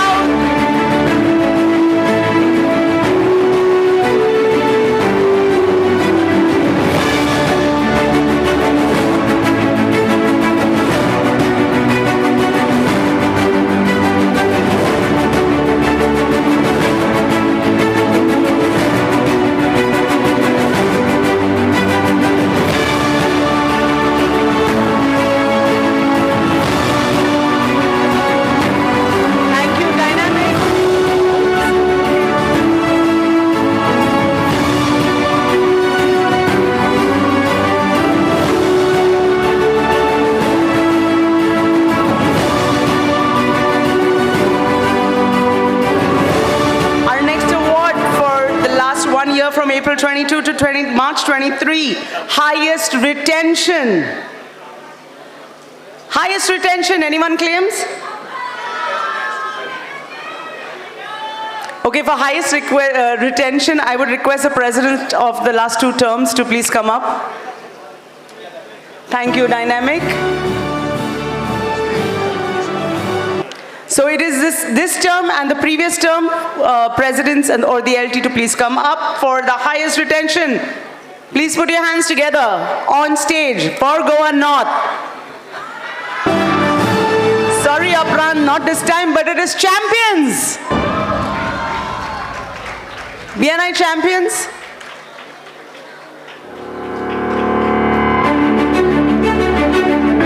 BNI champions, if any LT could please come up a little faster. Yes, Arvind Nanda.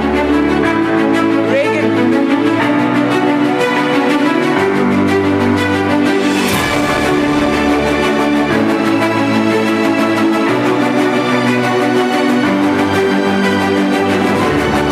For Goa South, requesting just the LT to come up.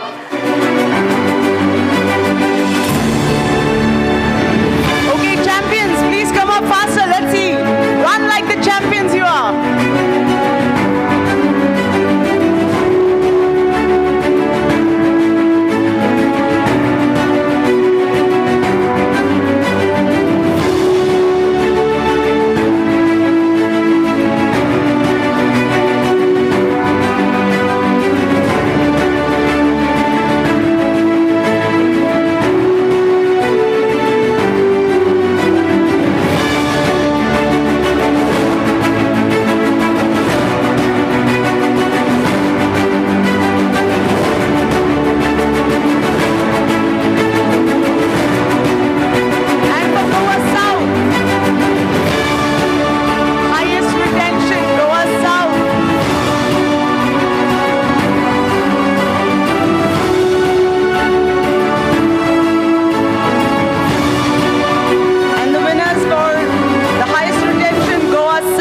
Last 1 year. Ashfaq, stop looking at me like that. Yes, please come up.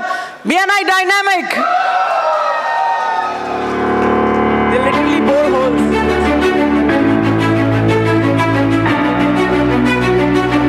Presidents, please. Last 2 presidents.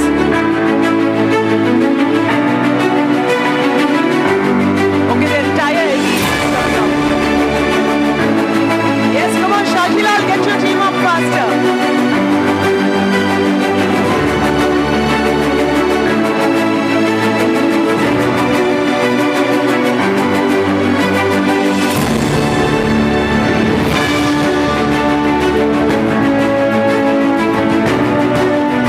Award for the highest inductions.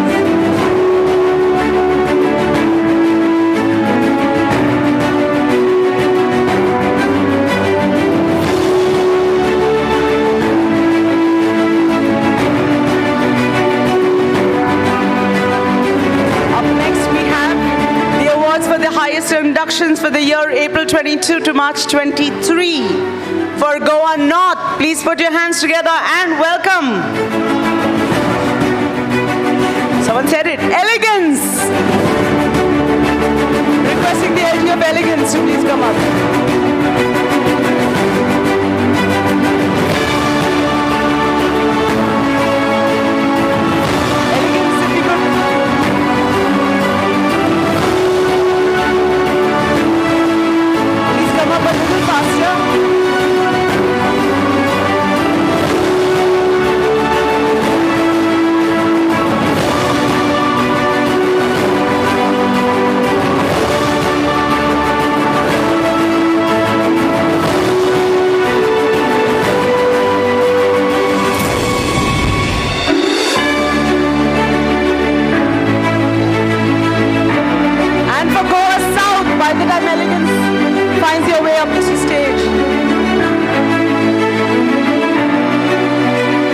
By the time they click the photographs, my voice wouldn't be on that. Come on, any guesses till they finish? Highest inductions. There is someone who seems to be shouting for every chapter, but that's nice. Because he is the senior DC of the region, South Goa. Please put your hands together. together for the highest inductions for the term April 22 to March 23 is none other than the largest chapter of Goa, BNI Madagram. They're all set.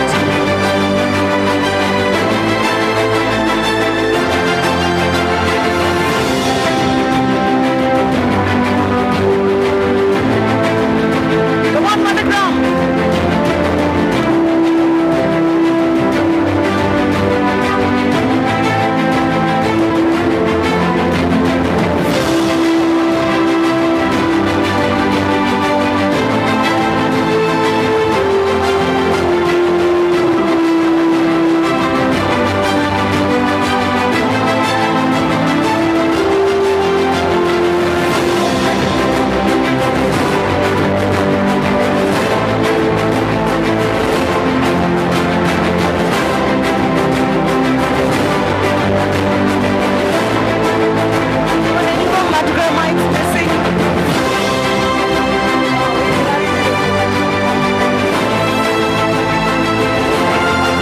Please put your hands together for BNI Madagram, the largest chapter of BNI Goa.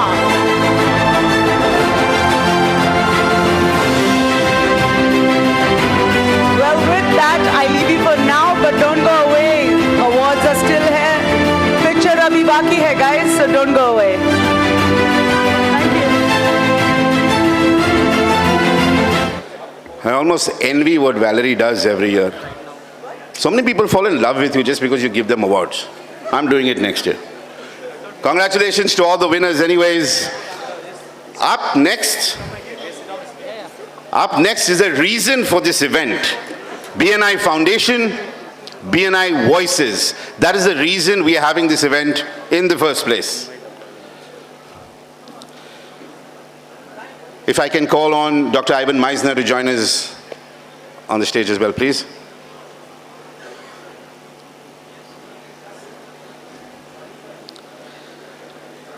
And our next speaker is going to explain what foundation, what Voices really is. And to introduce that speaker, I'm going to call upon the Business Ka Badshah, to loosely translate, King of Business. That's what he's called in Goa. He's our business coordinator for the region of Goa, from AR Mines, Mr. Arman Bankley from BNI Madagram. Mr. Bankley, over you. Good morning, BNI. Today I'm privileged to introduce none other than Meena Srinivasan, Chief Digital Officer, BNI Global and BNI Director for BNI Foundation India. Meena ji is BNI's Chief Digital Officer and drives forward digital transformation in the organization. Previously, she co-founded Scion Social, an award-winning digital marketing agency with a global footprint in 2011. In June 2020, Scion Social joined the BNI family of companies. She is one of the most sought-after specialists in the field of digital marketing and has been recipient of several prestigious industries awards, which includes Top 50 Social Media Professionals Award in India by CMO Asia Council. She has received the Women Super Achiever Award by HRD World Congress for the pioneering work in building virtual teams comprised of talented professionals and young mothers back to workforce. In 2019, Inside Success magazine named her amongst the top 10 creative shepreneurs. Meena ji is director of BNI Foundation India. Most recently, she was awarded with Dr. Ivan Misner Excellence in Giving Award for her service to BNI Foundation. She started her BNI journey as a member 15 years ago in BNI Bangalore region. Excellence is a habit is her favorite quote, and she enjoys building and nurturing world-class teams. She is better half of our global market president, Mr. Max Srinivasan. Please help me to welcome Meena Srinivasan.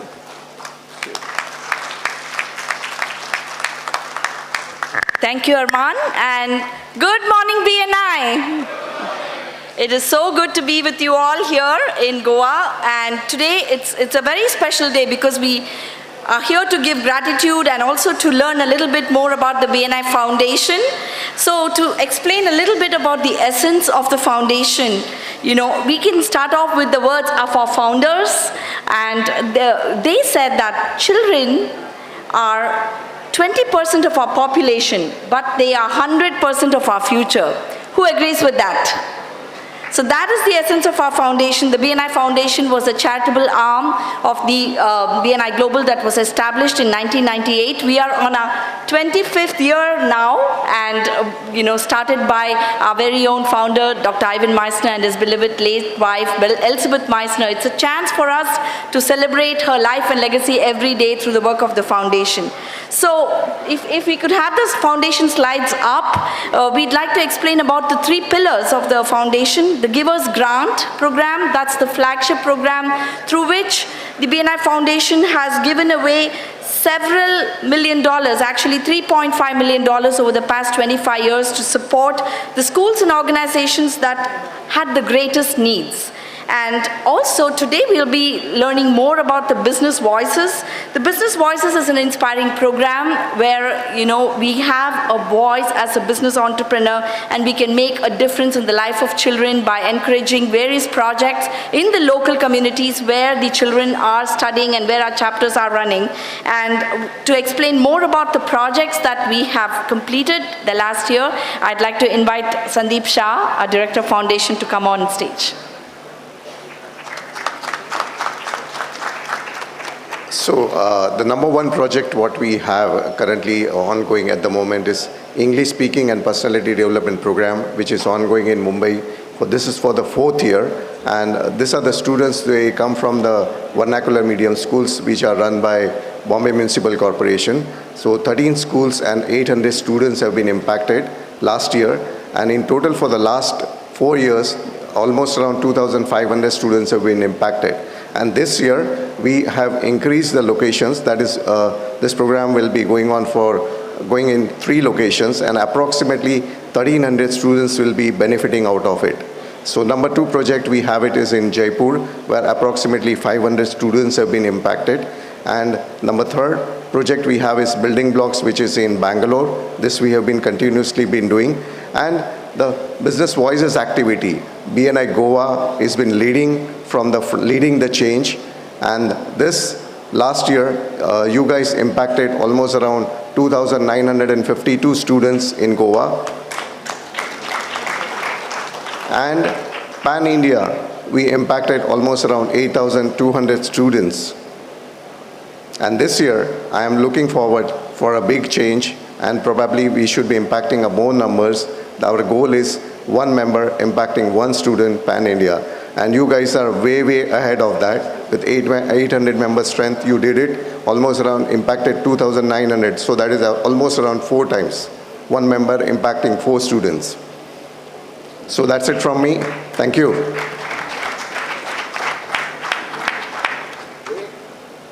So I think there are a few videos, because the picture speaks 1,000 words. We wanted to share a few videos from the kids. If we can just go directly to the slides. Maybe Sandeep.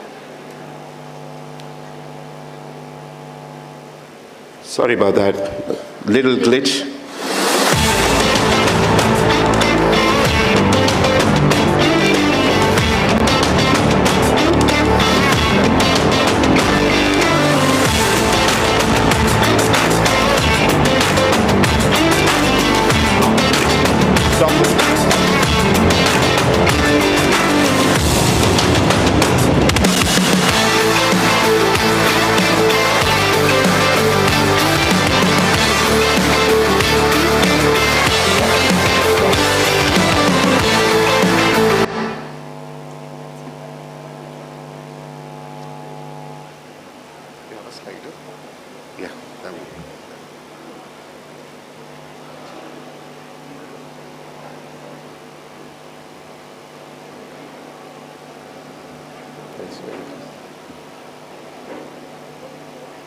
You want to go slide by slide? No, it's a music. It's a video. Guys, calling out to the AV. This is a video, so there's sound as well, please. So in that we had learned about... Sorry guys, sorry about the technical glitch. I have learned grammar, conversation and lot of activities. New words and different things like speeches, debates, and they taught us very important topic like Indianism, which really gave a big hand in improving our English. They helped us improve in English, and before we used to find studying English really hard, but now it has become a lot easier. The trainer trained us on topics like speech and debate. The trainers taught many things like grammar, model auxiliaries. The trainers motivates me to speak English. We learned grammar. The trainer teaches personality development. Likes to boost our confidence. But after attending the spoken English course, it gave me the confidence to speak English in public. So I would thanks to BNI Foundation for giving this opportunity. Thank you. Let's hear it for the kids.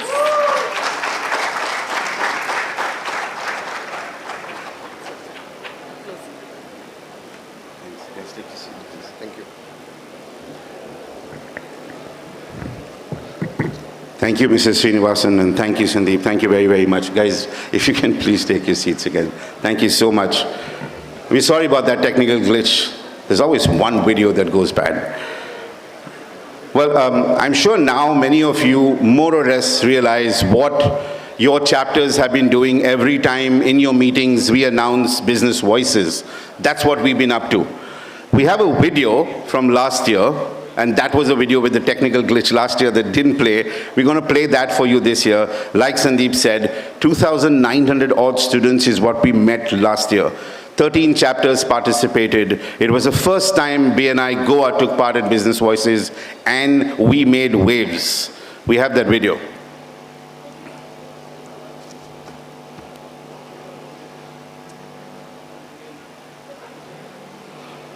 All right.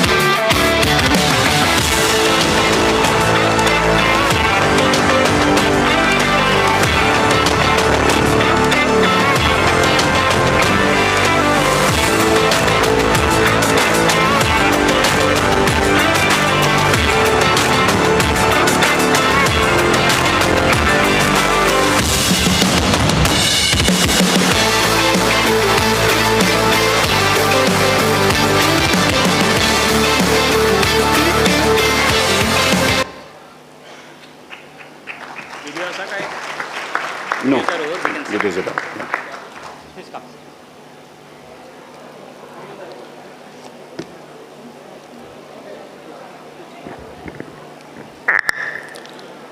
So that's what happened last year with Business Voices. This year, we took it a lot ahead. We went to lesser colleges, we touched more students. We have lots of those colleges amongst here. Lots of those colleges' names that you've seen participated with us again this year. So I want to thank all of those colleges, all of those educational institution heads that are here today. Thank you very, very much for supporting us, for understanding what we're really trying to achieve and being a part of it. Almost all the colleges here are not doing this with us for the first time. They're doing it with us for the second time. So really, really appreciate your presence. What I'm going to do next is an opportunity very few people get, which is to introduce someone that you not only can call a BNI colleague, but also your best friend. We passed out secondary school together. Whilst we were never really good friends in school, I think BNI brought us closer, and now we're a house on fire. But the fire is more from this person. I think he's got more failures in business, but he never gives up. And that's something that I've learned from him. So I'm really proud to say that I have him as a friend. He's also the project director for Business Voices Goa from Infinite 3D, Ryan Vaz.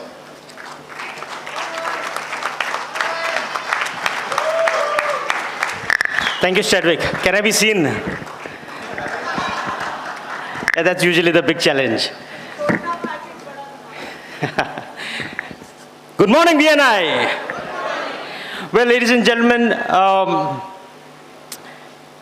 last year we visited so many colleges, and one of the things that kept coming up again and again when we visited these colleges, the principals kept asking us, can we do something more long-lasting? Can we do something more often? Can we sign up an MOU? And yes, an MOU it is. So ladies and gentlemen, we brought together, we've spoken to all these colleges, approached them again, and we have now come up with a memorandum of understanding wherein BNI is going to be doing programs like this for these colleges for a period of 1 year. As I call out the names, may I request the institutional heads representing each of these colleges to please come up. And ladies and gentlemen, as they come up, they've been with us for the last 4 hours, patiently waiting for this moment. Please give them a big round of applause. Let me start with a representative from Rosary College of Commerce Arts, Navelim. Please come. I request Mr. Sandeep Shah to please welcome him.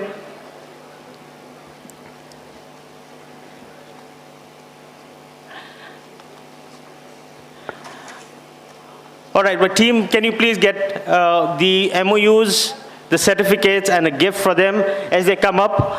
Gentlemen,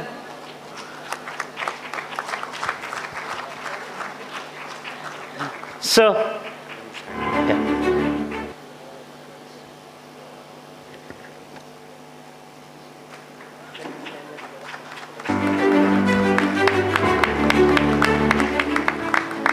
Can you stand, sir, for a group photograph?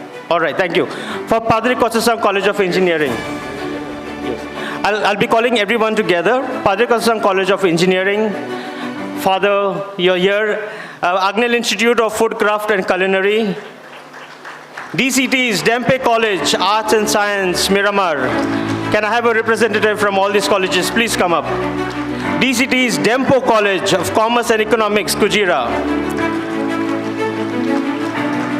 Goa Engineering College. Don Bosco College of Engineering. Father, you are here.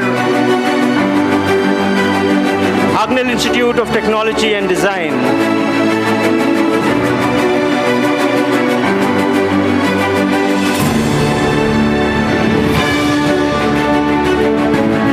MES Vasant Joshi College of Arts and Commerce.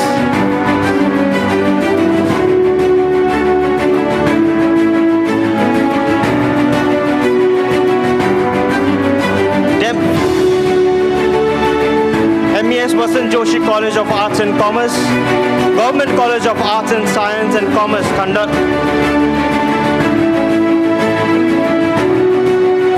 Vidya Vikas Mandals, Ramakrishna Mahadeva Salgaonkar Higher Secondary School.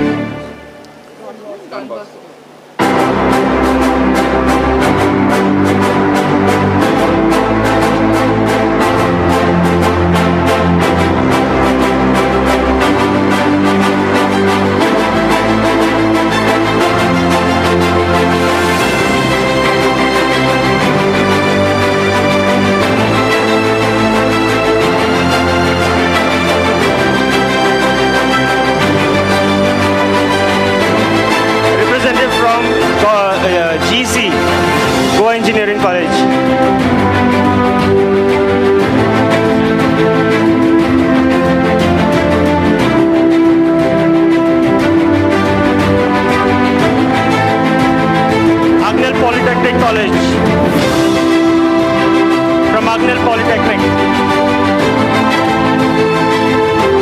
Government College of Arts and Science, Kepe. A representative from Government College of Arts and Science, Kepe.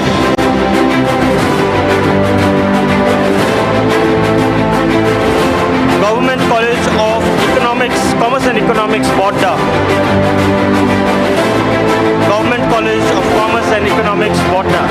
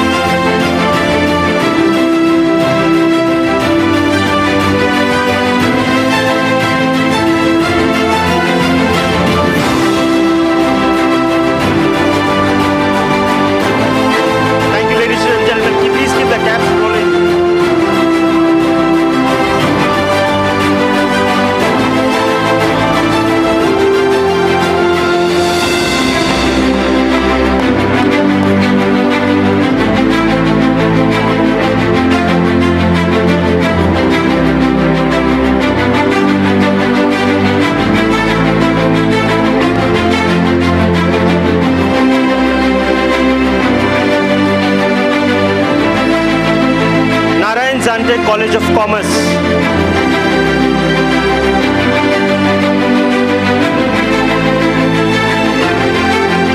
Narayan Jante College of Commerce.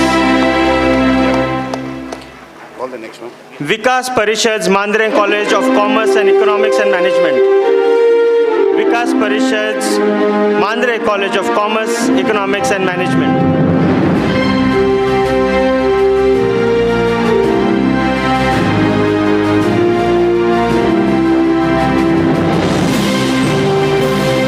Rolling, ladies and gentlemen. Calling on Gyan Prasarak Mandal's College and Research Center. Gyan Prasarak Mandal's College and Research Center.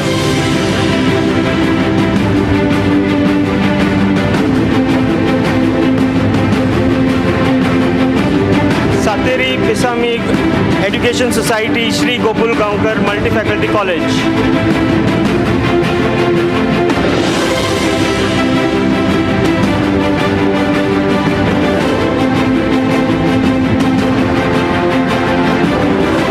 Sant Sohirobnath Ambi Government College of Arts and Commerce.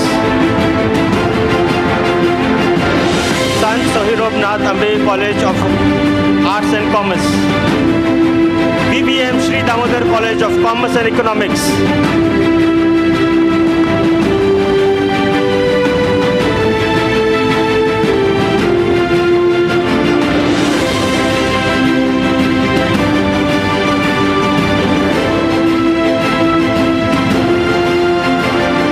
Ladies and gentlemen, this is a proud moment for Business Voices with almost 21 colleges signing an MOU with Bni Goa and Bni Foundation.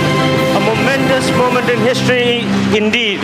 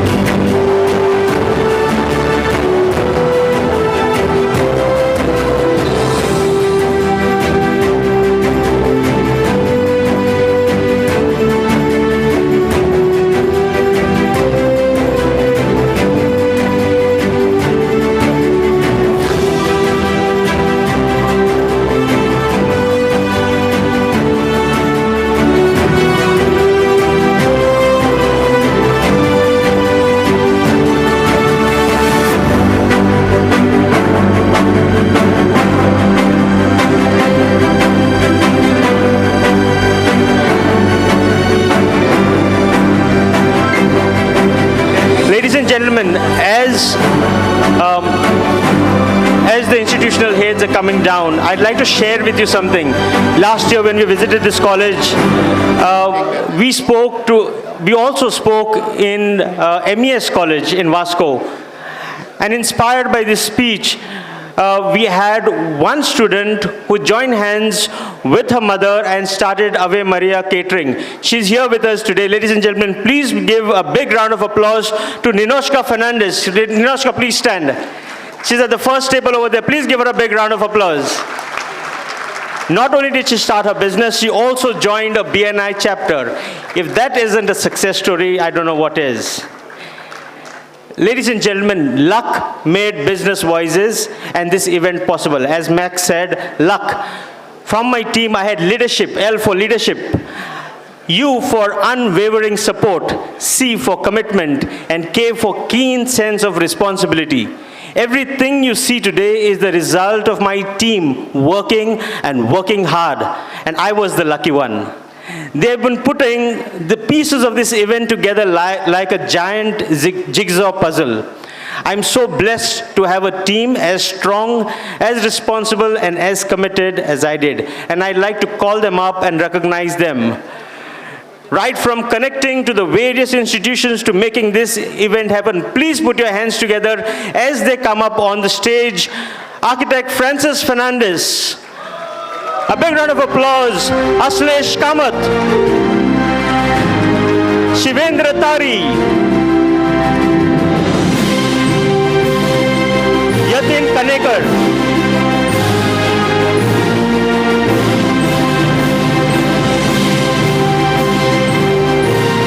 Mudit Agarwal.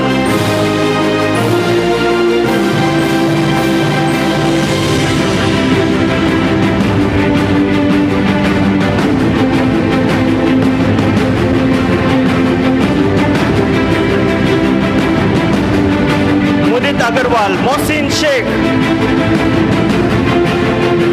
A round of applause for Yogesh Sawant. Handling all the online registrations. Please put your hands together to Mandar Mapsekar. All of you have been able to come here because he managed to do this flawlessly. The entire venue was managed by Vasudev Bhatt. Vasudev. My coordinator for venue was Vasudev, but the coordinator for registration counter right behind everything that was happening was Darshan Goradia. Please give him a big round of applause. Darshan Goradia. For all the awards and recognitions that came on the stage, a big round of applause to Flory Gracious.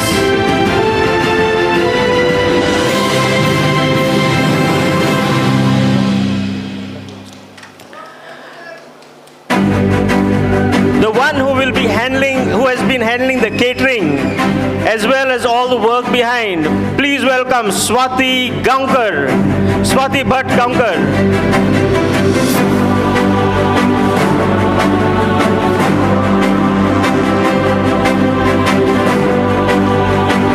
The entire MOU, speaking to all these 21 colleges, coordinating them, finding everything, taking everything ready. Please give a big round of applause to Pradyumna Kulkarni.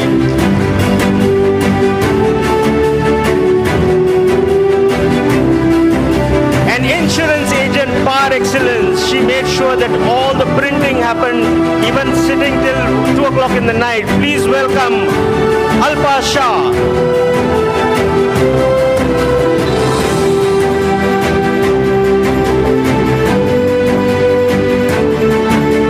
There's the money. Please put your hands together. The guy who was in charge of sponsorships, Aftab Mohammed.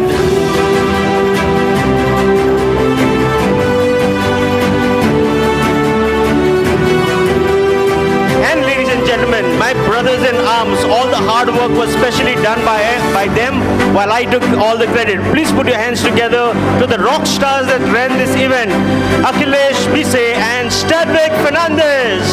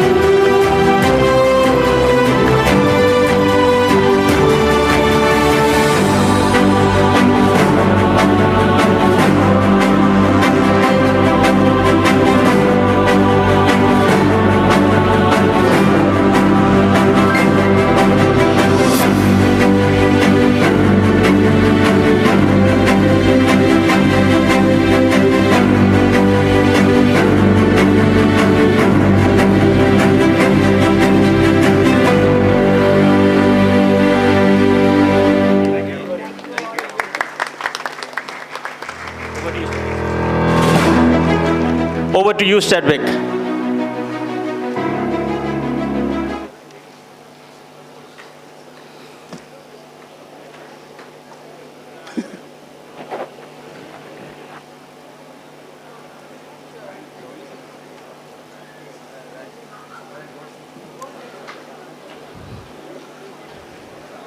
All right, thanks, Ryan, for all of that. So he's obviously gone out and thanked everybody.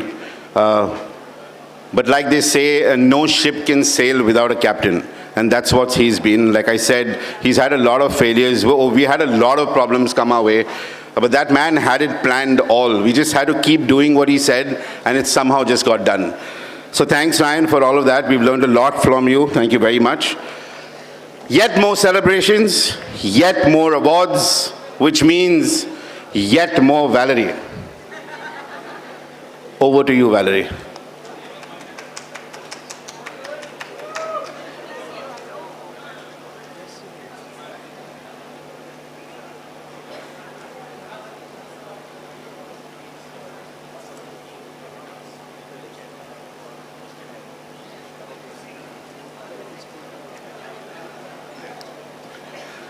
Hello, and I'm back.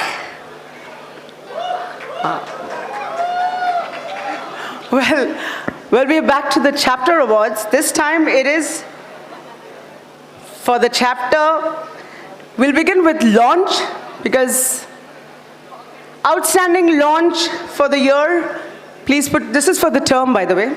So for October 22 to March 23,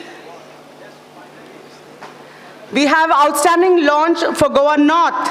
Please put your hands together and welcome from Titans, Mr. Vikas Diora, for the launch of Goan Stars.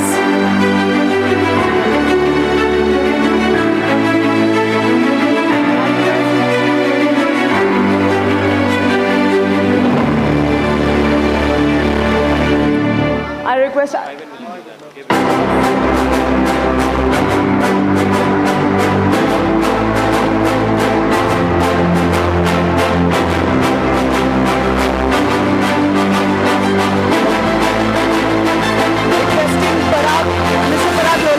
Come up on stage as well.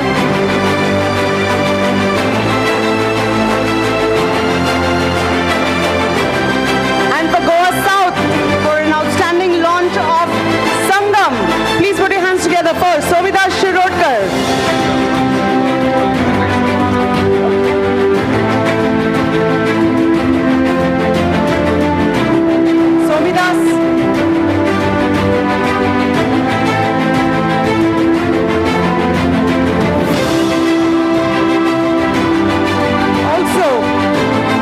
Up next, we have the Best Ambassador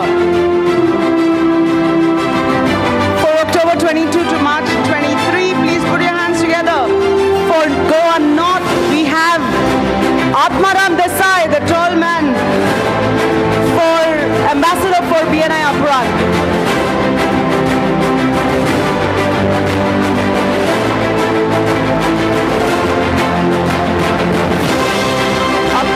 Best Director. Guys, I can't see any flags.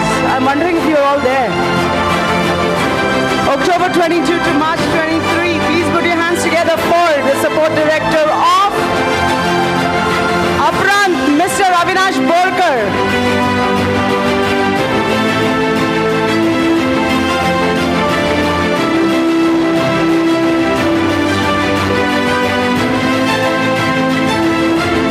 Avinash Borkar is the one who has had the maximum inductions of over 30 plus. He has sponsored 30 plus members to Goa region. Absolutely amazing. Senior Director Avinash Borkar. And for Goa South, please put your hands together. The Director, Best Director for Goa South from Samudra, Roland de Cruz.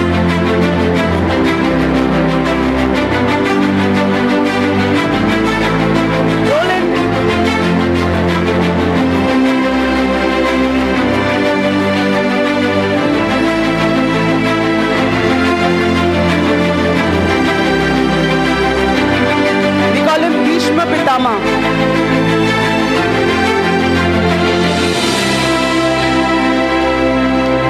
And finally, finally, wow, that was really silent. Finally, the best chapter, October 22 to March 23. For Goa North, please put your hands together for the largest chapter of Goa North, BNI Upran.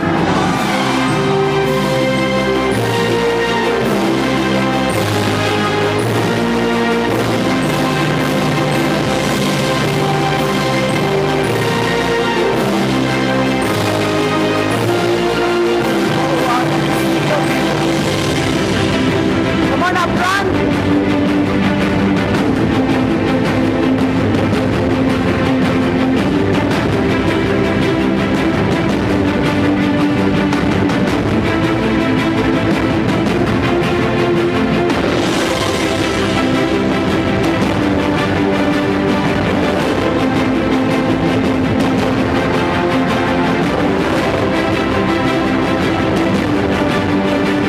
That is Bni Upran, largest chapter in North Goa.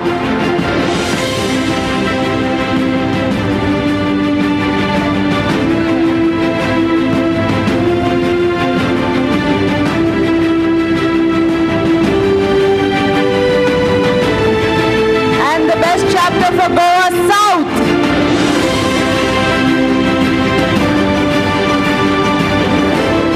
I can't see no flags and I cannot see anybody yelling. No flags, come up. Just one chapter.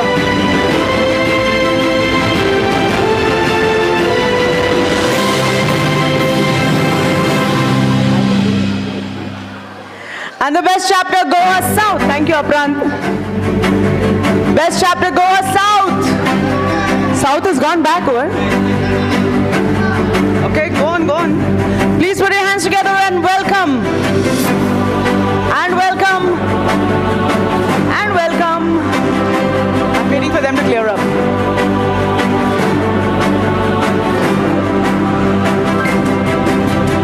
And welcome.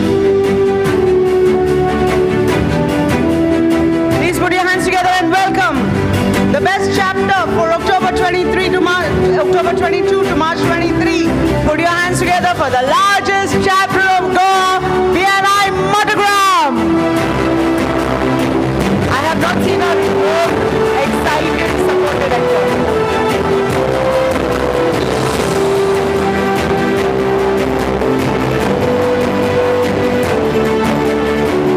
Come on, Motogramis, faster, guys.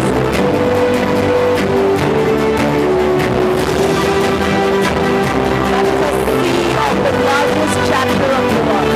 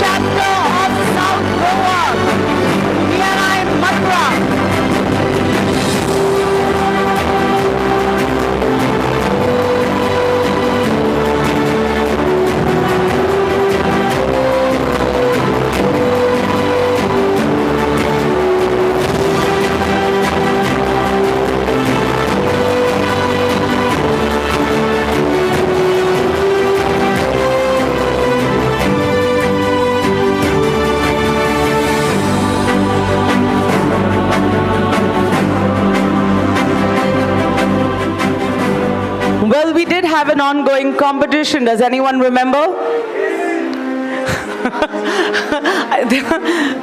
Only Ashfaq Shah remembers all the competitions. He's prompting. Okay, we are about to announce the largest participation for the event. I know everyone was running neck and neck. Well, they were, as you know, that they were in two categories. I will first say the average registration percentage for Goa North for the largest participation. The average registration percentage for participation, please put your hands together for Average participation, yes, Goan Stars.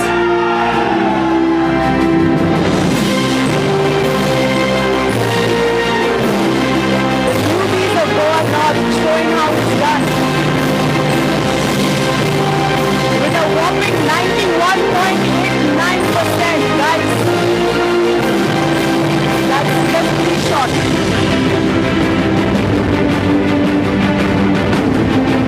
These are our new rookies.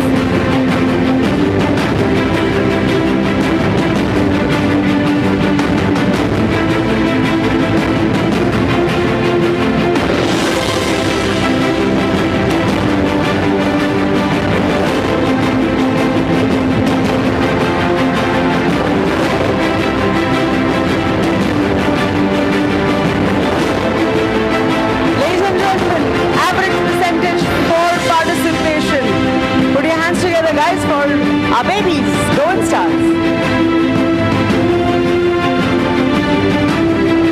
That was Goa North, and for Goa South, with an average of 65.31%. Please put your hands together. 4.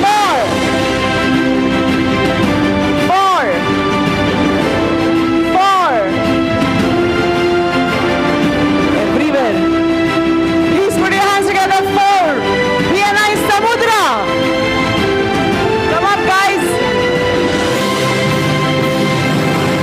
Requesting the chapter to please come up, all of those who are present here from Samudra.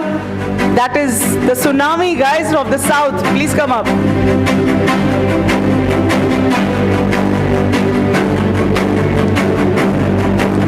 That is the average registration percentage. Come up, guys.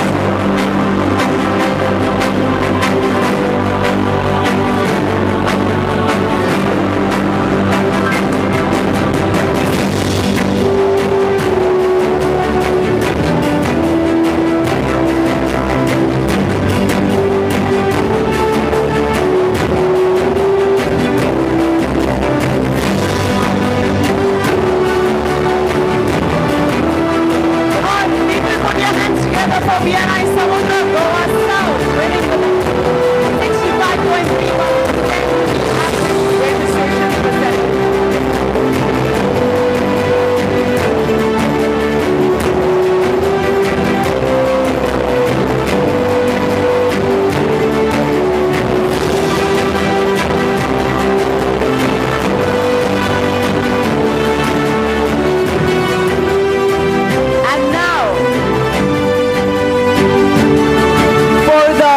Highest.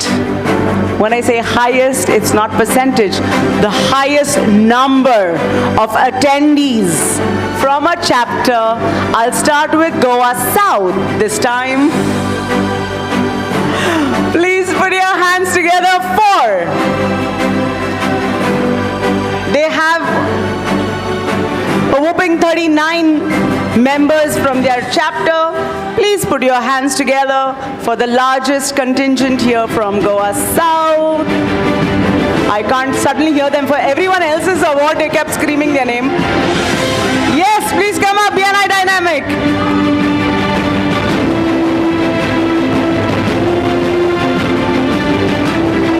Guys, please come up. Our beloved Chief Minister of Goa is in the house. Come on, Dynamic.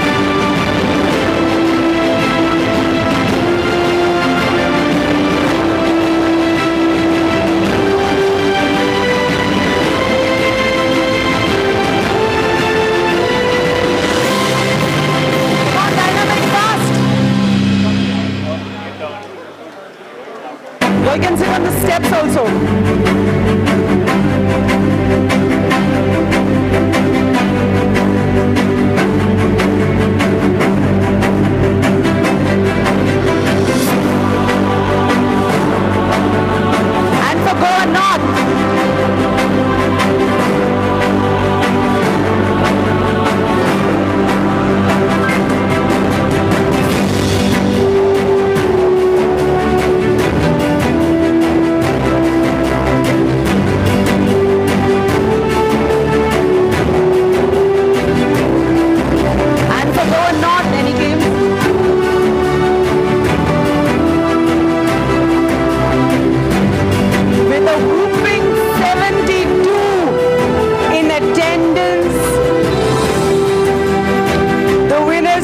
largest contingent here, the largest participation here.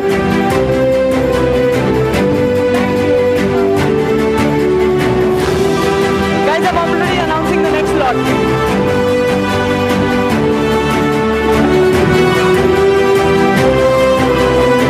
Please put your hands together.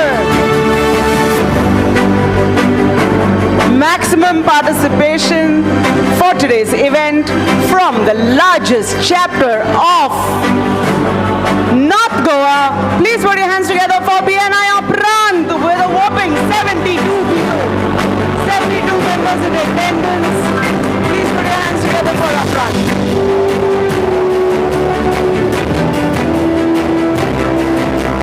Guys, Uprant, as fast as you are growing, please walk just as faster. Come on, Uprant.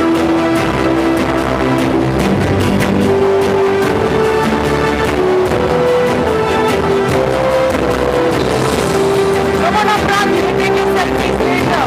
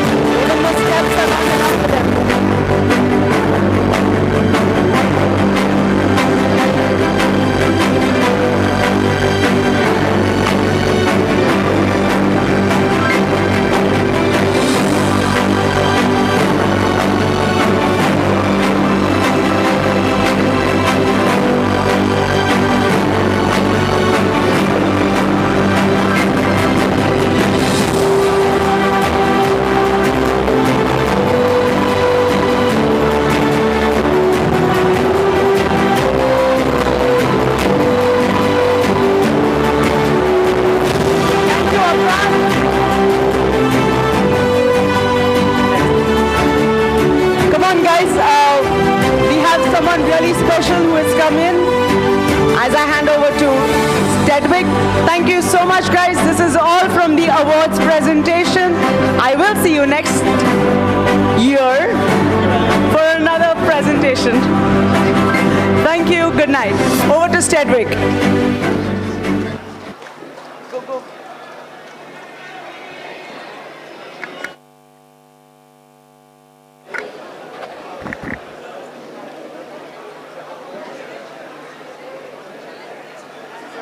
No, I'll follow the news.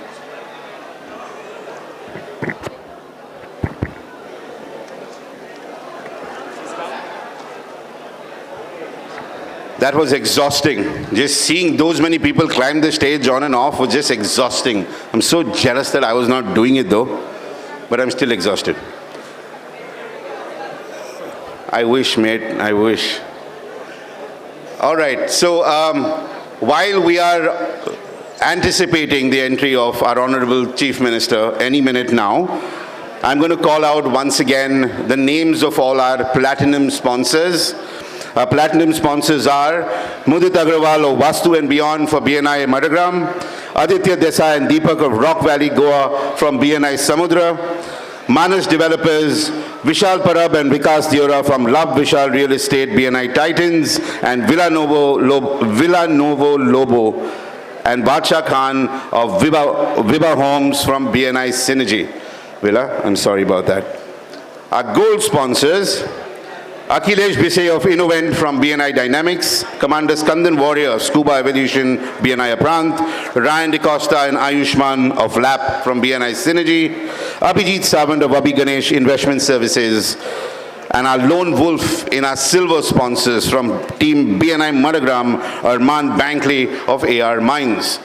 Those are our sponsors, without whom, like I've said before, and I will keep saying, this event would not have been possible.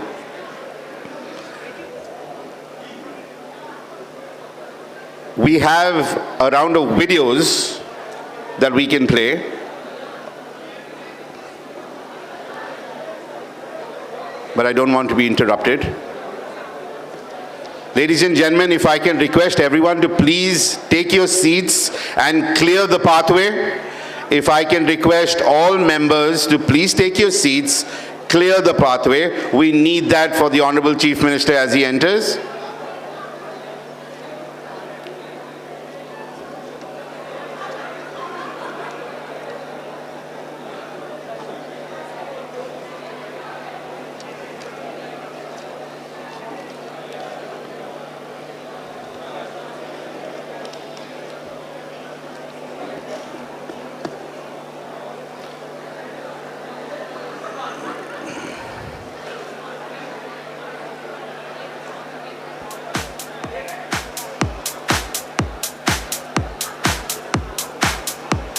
Ladies and gentlemen, requesting one more time.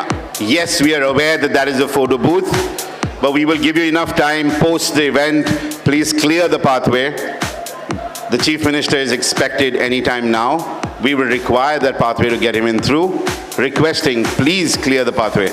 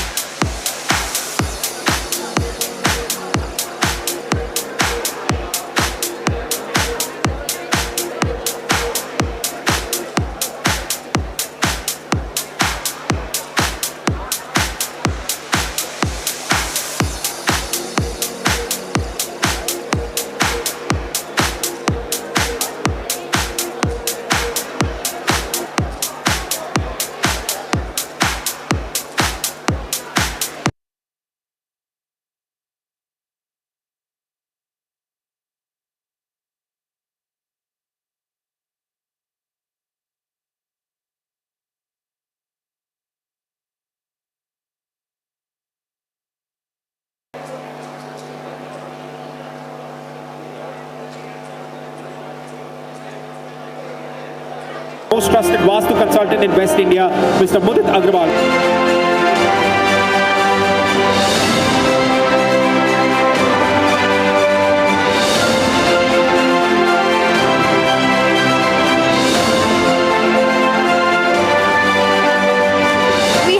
Mudit Agrawal ji. Thank you so much. So I'm first and foremost really humbled and privileged to be a part of this award show. It was really nice receiving it from Sonali ma'am, and this was an amazing moment for us. And more about Vastu, I mean, it's been something which I've been doing as a kid. I started meditating when I was 9, got the ability to heal by 11, and being naturally inquisitive started studying about all this. So I've been doing it for almost 22 years now. Happy that National Quality Awards actually recognize something like this as well. I've done it for the CEO of Panasonic and even like Vice President of Warner Brothers in UK. I've got clients across the globe. So if people want to follow you, how do they? Yeah, so they can follow me on my Instagram or YouTube page. My company name is Vastu and Beyond.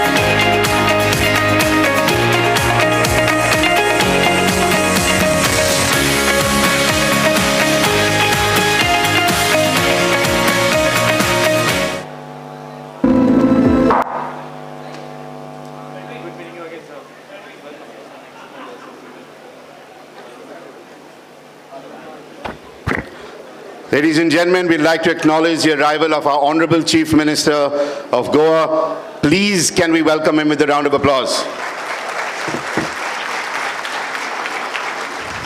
Welcome, sir.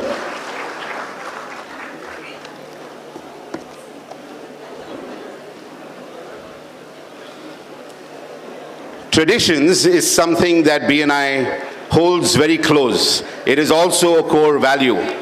We follow traditions here in Goa, and we will have felicitation of Dr. Ivan Misner at the hands of our Honorable CM, who has just stepped in. If I can request.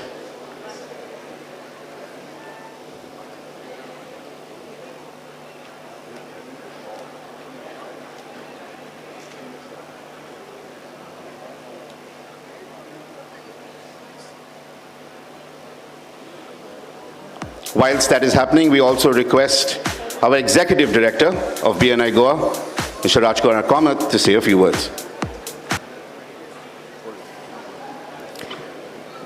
Good morning, Bni! It is not as good as it was a little earlier. Good morning, Bni! Yeah, thank you. I know we have got beyond the time by about 12 minutes, but we will quickly wrap it up in the next 15 minutes. So basically, for the information of our Honorable Chief Minister, Dr. Pramod Sawant, and some of the special guests who have come later, Bni Goa started the first chapter in 2010 with 21 members, and today, after 13 years, we are at 822 members in 14 chapters. In the last 13 years, we have done a business of 2,200 crores, and in the last 12 months alone, we have done a business of 351 crores, which is 68% more than what was done last year. Through this, we are really changing the way Goa does business.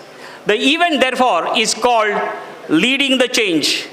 Besides transforming businesses, we have been working on mentoring students as a part of our community outreach program. From last year, as a part of BNI Foundation activity under Business Voices program, in October 2022, our 110 members spread out to 27 institutions and inspired more than 2,750 students through their business journey. Some of them have already taken up entrepreneurship. In fact, we have one of them here who has not only started the entrepreneurship journey but has joined BNI as a member. During this process, quite a few institutions expressed their desire to have these sessions on an ongoing basis, and some also wanted to sign the MOU with BNI. Today, therefore, we have signed MOUs with 21 colleges to mentor the students, inspire the students, and also get into internship placements. With this, we would be accelerating the process with more regular and frequent engagements. And since this is something which is very close to my heart, I would be working very closely with our passionate director of Business Voices, Mr. Ryan Vaz, and also director of BNI Foundation, Mr. Sandeep Shah, in this process. So besides transforming businesses, we are therefore impacting communities as well, sir. And that is the reason leading the change, transforming businesses, and impacting communities. As we move forward, we are committed to bring more MSMEs, entrepreneurs, startups, millennials grow their business through BNI. We are now within reach of our target of 1,000. We are looking at something more. And we are working on a vision that by 2030, our members together would be doing a business of $1.25 billion per annum. This would generate an employment for about 50,000 people, and we would have a strong base of membership which is going beyond 2,500. So that is what we are looking out for, and through BNI Foundation Business Voices, we intend to mentor more than 1,000 entrepreneurs in their journey by 2030. So, this is our vision, and today with Dr. Ivan Misner, Hemu, our National Director coming in, we have got some inputs. We will be continuously looking for inputs from them, and we request you, sir, to support our effort in this particular direction. Thank you very much.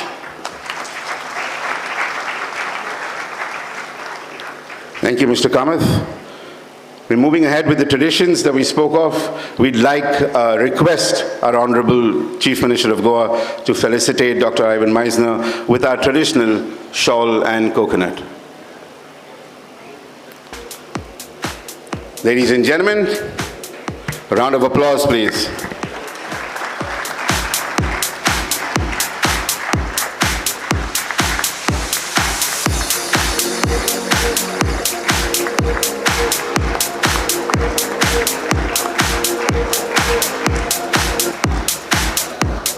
Thank you, Honorable Chief Minister. I'd like to call upon one of our members, Raseek Naik, to introduce to us our Honorable Chief Minister of Goa.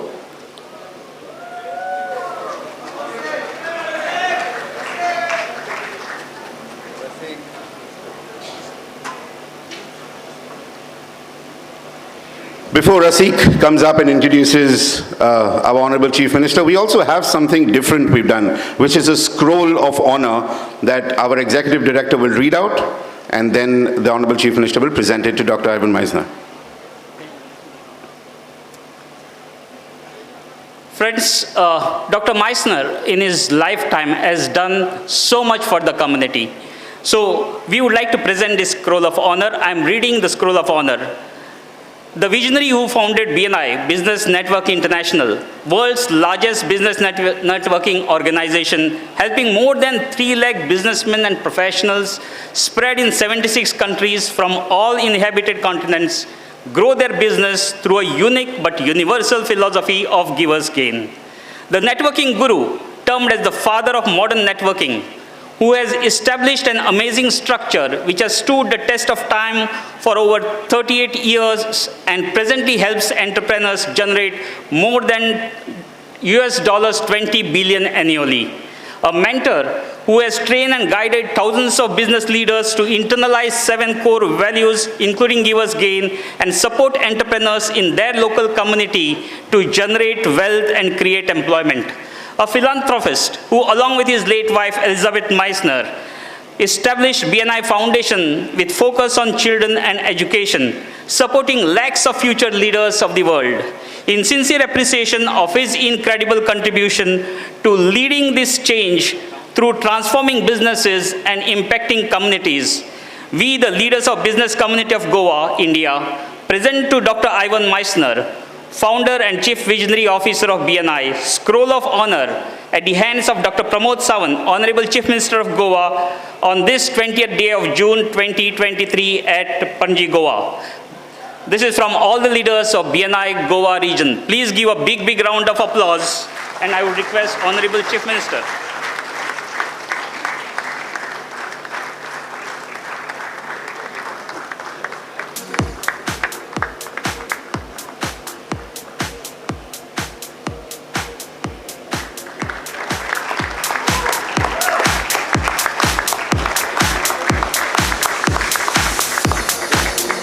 We also request Honorable Chief Minister to present Dr. Ivan Misner with the sunflower bouquets.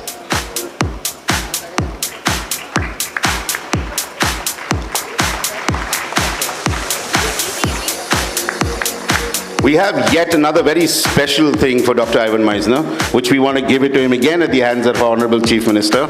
It is carved on stone by a BNI member from BNI Madagram, Narendra Hanswal. Sir, where are you? Thank you, Mr. Hanswal. We will get you your picture. That is carved on stone with nothing but a chisel and a hammer. And no, that's it. Now requesting Raseek to introduce our Honorable Chief Minister. Good morning, BNI. It's real honor to introduce AMCO CM. We can put two words together to say all the things, but backing up those words with our actions is not so easy. Our Honorable Chief Minister is a man of action, and as soon as he took over as the state's top leader, he got into action to resolve the taxi issue. We all remember the efforts and tireless work he put during the challenging global pandemic of COVID. The Honorable Prime Minister had himself acknowledged that Goa being the first state in India with 100% vaccination. Today's Goa is witnessing extraordinary infrastructure development. Thanks to most catapulting visionary leadership in various sections as roads, highways, education, industries, IT, health, etc. What I personally like is his focus on empowering today's youth, inspiring them to take up entrepreneurship. Many skilling programs and finance schemes are available for today's youngsters and locals through Swayamparna Goa 2.0. He launched a campaign where every village and home in Goa was provided with toilet. Under his leadership, Goa government has launched spiritual tourism, medical tourism. Recently, helicopter tourism has been launched. Har Ghar Jal program provides potable water to its citizens in Goa in the only state, and Goa is the only state to achieve this feat. Before taking over as the Chief Minister, he was the Speaker of Goa Legislative Assembly and is a third-time elected MLA for his constituency. Under his vibrant leadership, he has won all the local elections of his constituency for his party. He is blessed with cute daughter Parthivi and enterprising wife Professor Sulakshana Sawant. Ladies and gentlemen, and my dear members, please give a round of thundering applause and welcome the man of action, our beloved and dynamic Chief Minister, ever smiling Chief Minister of Goa, AMCO Dotar, AMCO CM.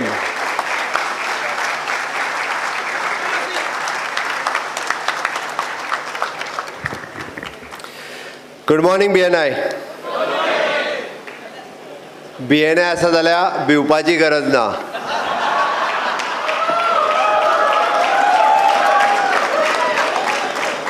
बरोबर न्ही? BNI असा जाल्यार भिवपाची गरज ना. So, good evening, friends. The present along with me for this function, the founder of BNI, Dr. Ivan Misner, Mr. Mahesh Srinivasan, the Global Market President, Mr. Hemu Suvarna, the National Director, and Sri Rajkumar Kamath, other leader of BNI for this beautiful state of Goa. I'm grateful for the impact that the BNI has made among the entrepreneurs in Goa by helping them grow their businesses. It is heartening to note that the BNI member in Goa have generated more than 2,200 crores so far, with nearly the 350 crores in the last 12 months alone.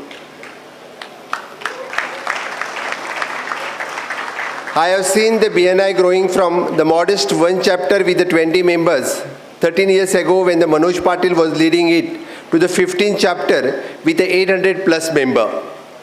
Congratulations to Mr. Rajkumar Kamath and BNI International for giving such a nice business platform for our Goan youth. The government appreciated the contribution of the BNI in terms of the budget suggestion, the employment generation, youth training and empowerment, and for rising to the occasions of during the COVID-19 pandemic. I'm particularly pleased to hear that the Rajkumar Kamath will be focusing substantially on youth education and skilling through the BNI Foundation. With his passion and commitment, I'm sure this will be the great value addition for my vision to the state. Goa today is getting all due recognitions. Beside hosting the permanent host for IFFI, is today being looked as a sports venue. We had the Ironman 70.3 World Table Tennis, and soon we will be the hosting World Beach Volleyball Tournament in Goa.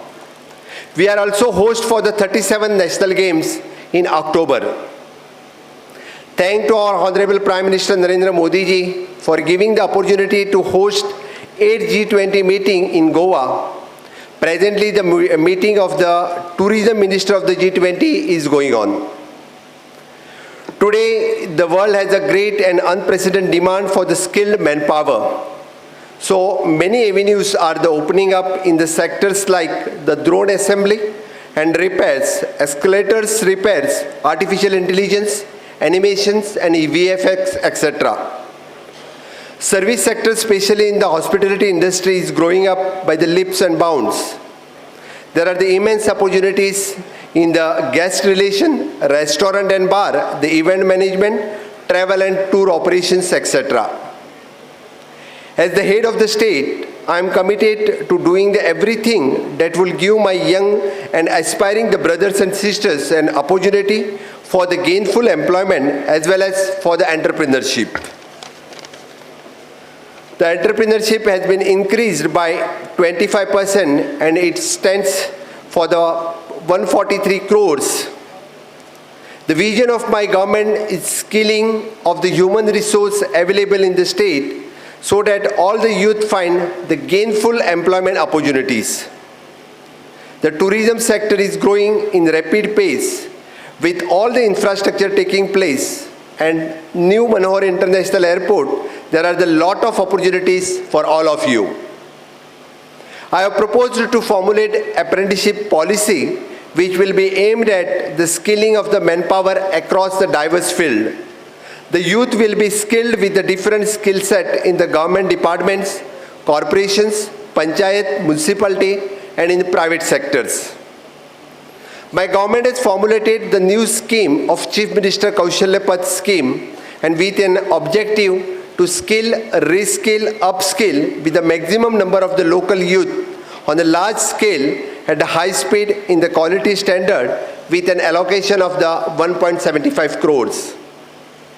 Under the project of upgradation of the ITI, the Center of Excellence through Tata Technology Limited CSR, 5 government ITIs will be upgraded at a total cost of 200 crores. The objectives of this upgradation is to align the skill impart in line with the industry job roles for gainful employment for all students. I have also proposed to set up the tinkering lab in the 5 government ITIs under the Strive scheme of the Government of India at a cost of rupees 1 crore. Swayapurna Goa, we will be the self-sufficient in all respect, especially in the human index. We want our youth is to gain all knowledge where he can enter, be an entrepreneur or to get a job in industry. My focus is to have our Honorable Prime Minister's mission of having many apprenticeship being placed in industry in government by the 15th of July, which is a World Skill Day. We plan to employ at least the 5,000 in the government sector and 5,000 in the private sector. I urge the 800 plus BNI member from the Goa at least take one apprenticeship for a year. So you need to upload your requirement on the portal of the skill development.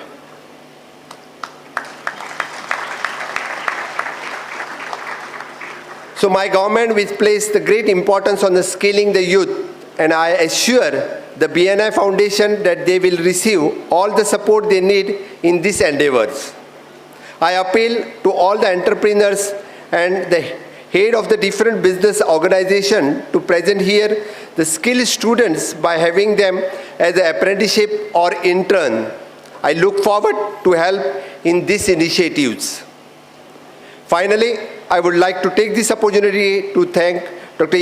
Misner for founding this amazing institute that helped the businesses in one hand and guidance and support for the youth and who are the future leaders on the other hands. Once again, thank you for BNI, and I'll say once again, BNI asat जाल्यार गोयाक apprenticeship and skilling करपाक भिवपाची गरज ना. Thank you BNI.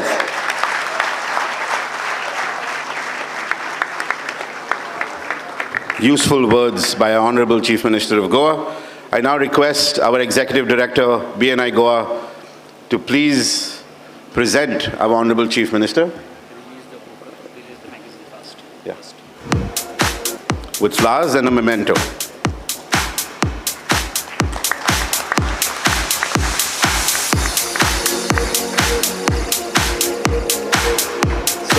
and a memento as well to the Honorable Chief Minister.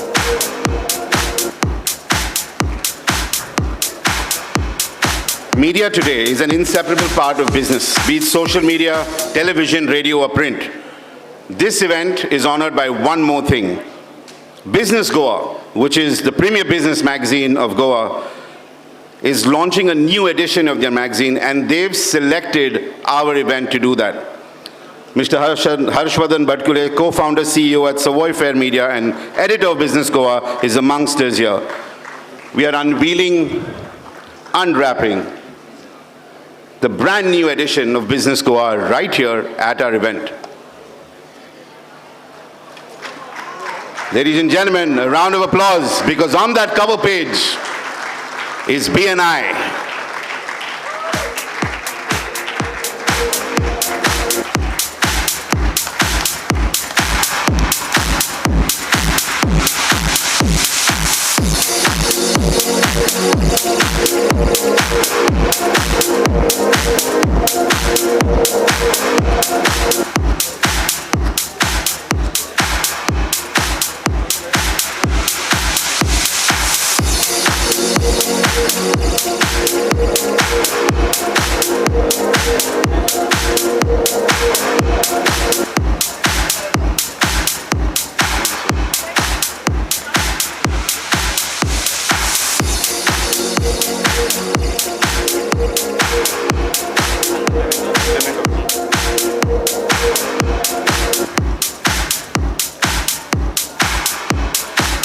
We now request our Executive Director of Bni Goa, Mr. Rajkumar Kamath, to present all our VVIPs on the stage with a memento.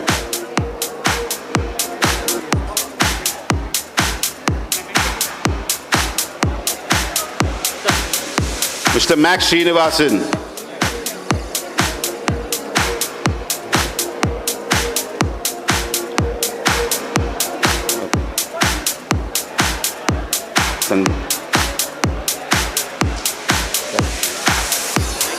Mr. Sandeep Shah.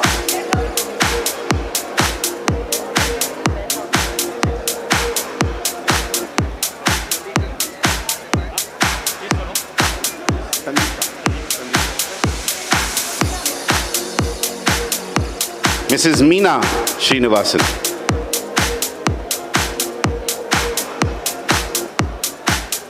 And Mr. Hemu Suvarna.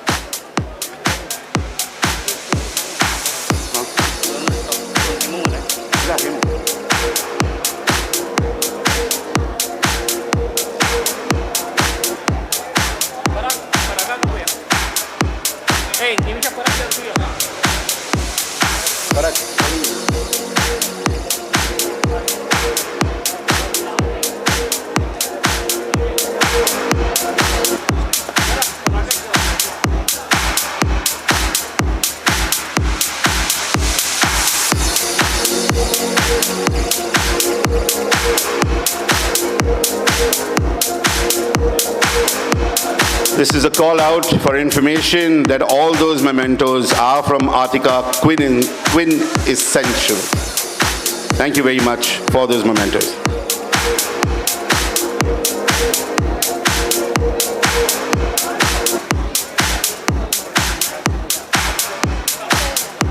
Go quick. Don't call everyone. We have a couple of BNI members who like to present their creations to Ivan Misner. Ladies and gentlemen, please hold on for the photographs.